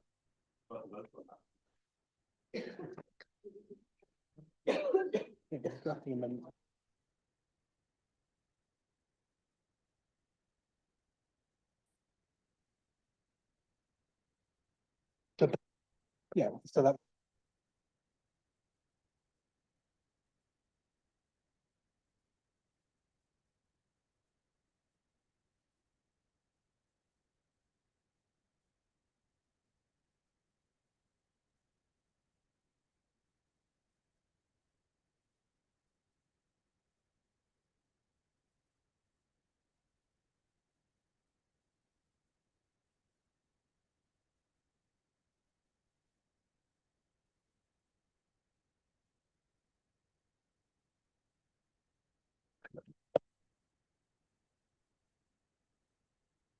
I never realised it was going to be this complicated. I will now take a vote on each of the recommendations. The first vote is on the recommendation which relates to the approval of the new taxi licensing policy, including the typographical amendments that have been pointed out. So all those wishing to vote for the recommendation, please raise your hands now.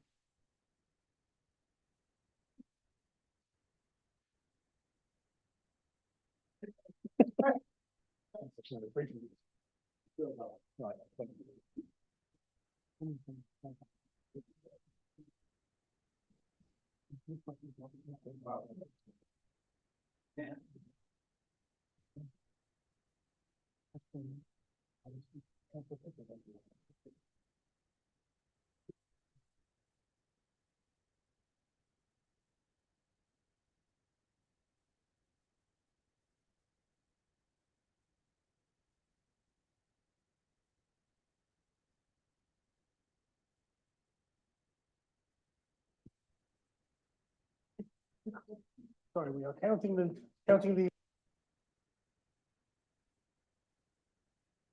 Okay.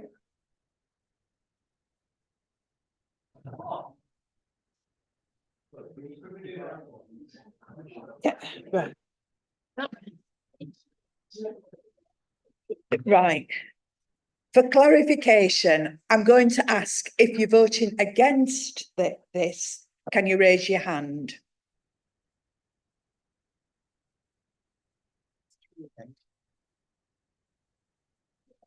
Thank you. If you're abstaining, can you raise your hand? 2 abstain.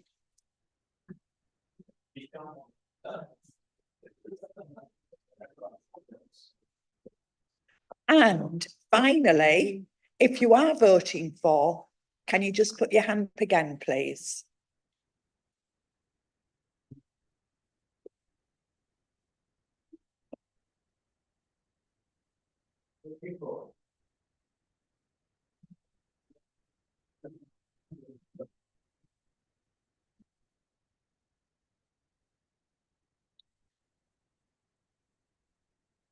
I think you can put your hands down now and just have a little relax while we add the figures up.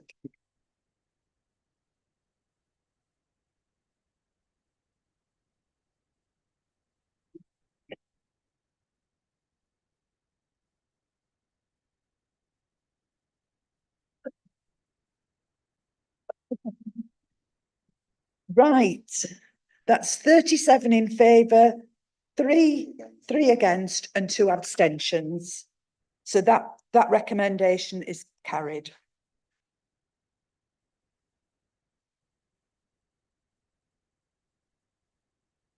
I will now take a vote on the recommendation which relates to the Gambling Act 2005 Statement of Licensing Policy.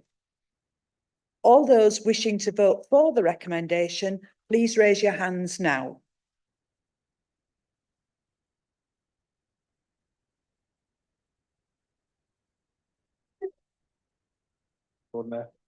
That was unanimous, so those recommendations are carried.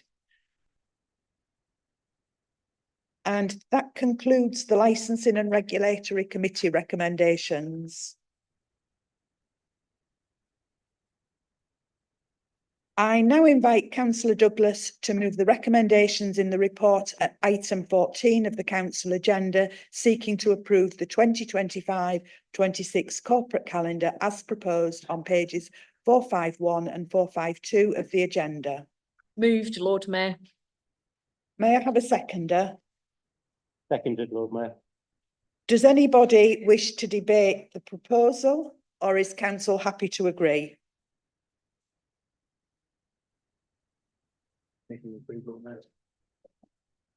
I now invite Councillor Douglas to move the motion to approve the annual pay policy statement for 2024-25 as set out on pages 467 to 490 of the agenda. So thank you, Lord Mayor. Before Councillor Douglas speaks, I would note that unfortunately there is an error in the paper, in that a previous version of the paper has been submitted, and likewise the previous version of the pay policy statement has been attached to it. So on that basis, I will be seeking to defer this to the next ordinary council meeting. And in the meantime, we will ensure that at the beginning of next week, the updated paper and updated pay policy statement will be circulated to all members, and it will be published on the website so that it's available from that date. And we can only apologise for that oversight.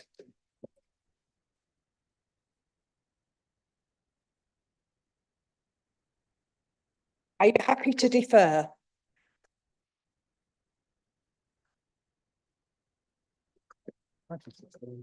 Do I have council's agreement to note the report on the use of general exception, urgency and special urgency procedures? Thank you. Do I have council's agreement to approve the appointments and changes to membership set out at item 17 of the council agenda? Sorry, Councillor Eyre. Thank you, Chair. We just got, I was going to raise this during the questions to exec member, but didn't get a chance, so I'll have to do it during this particular part. It was just basically to put on record our thanks to Councillor Baxter for her contribution in, I think, 144 days on the executive. They were quite confused that there were no comments at executive or today on why she had stepped aside and what she'd contributed, but we want to at least register our thanks.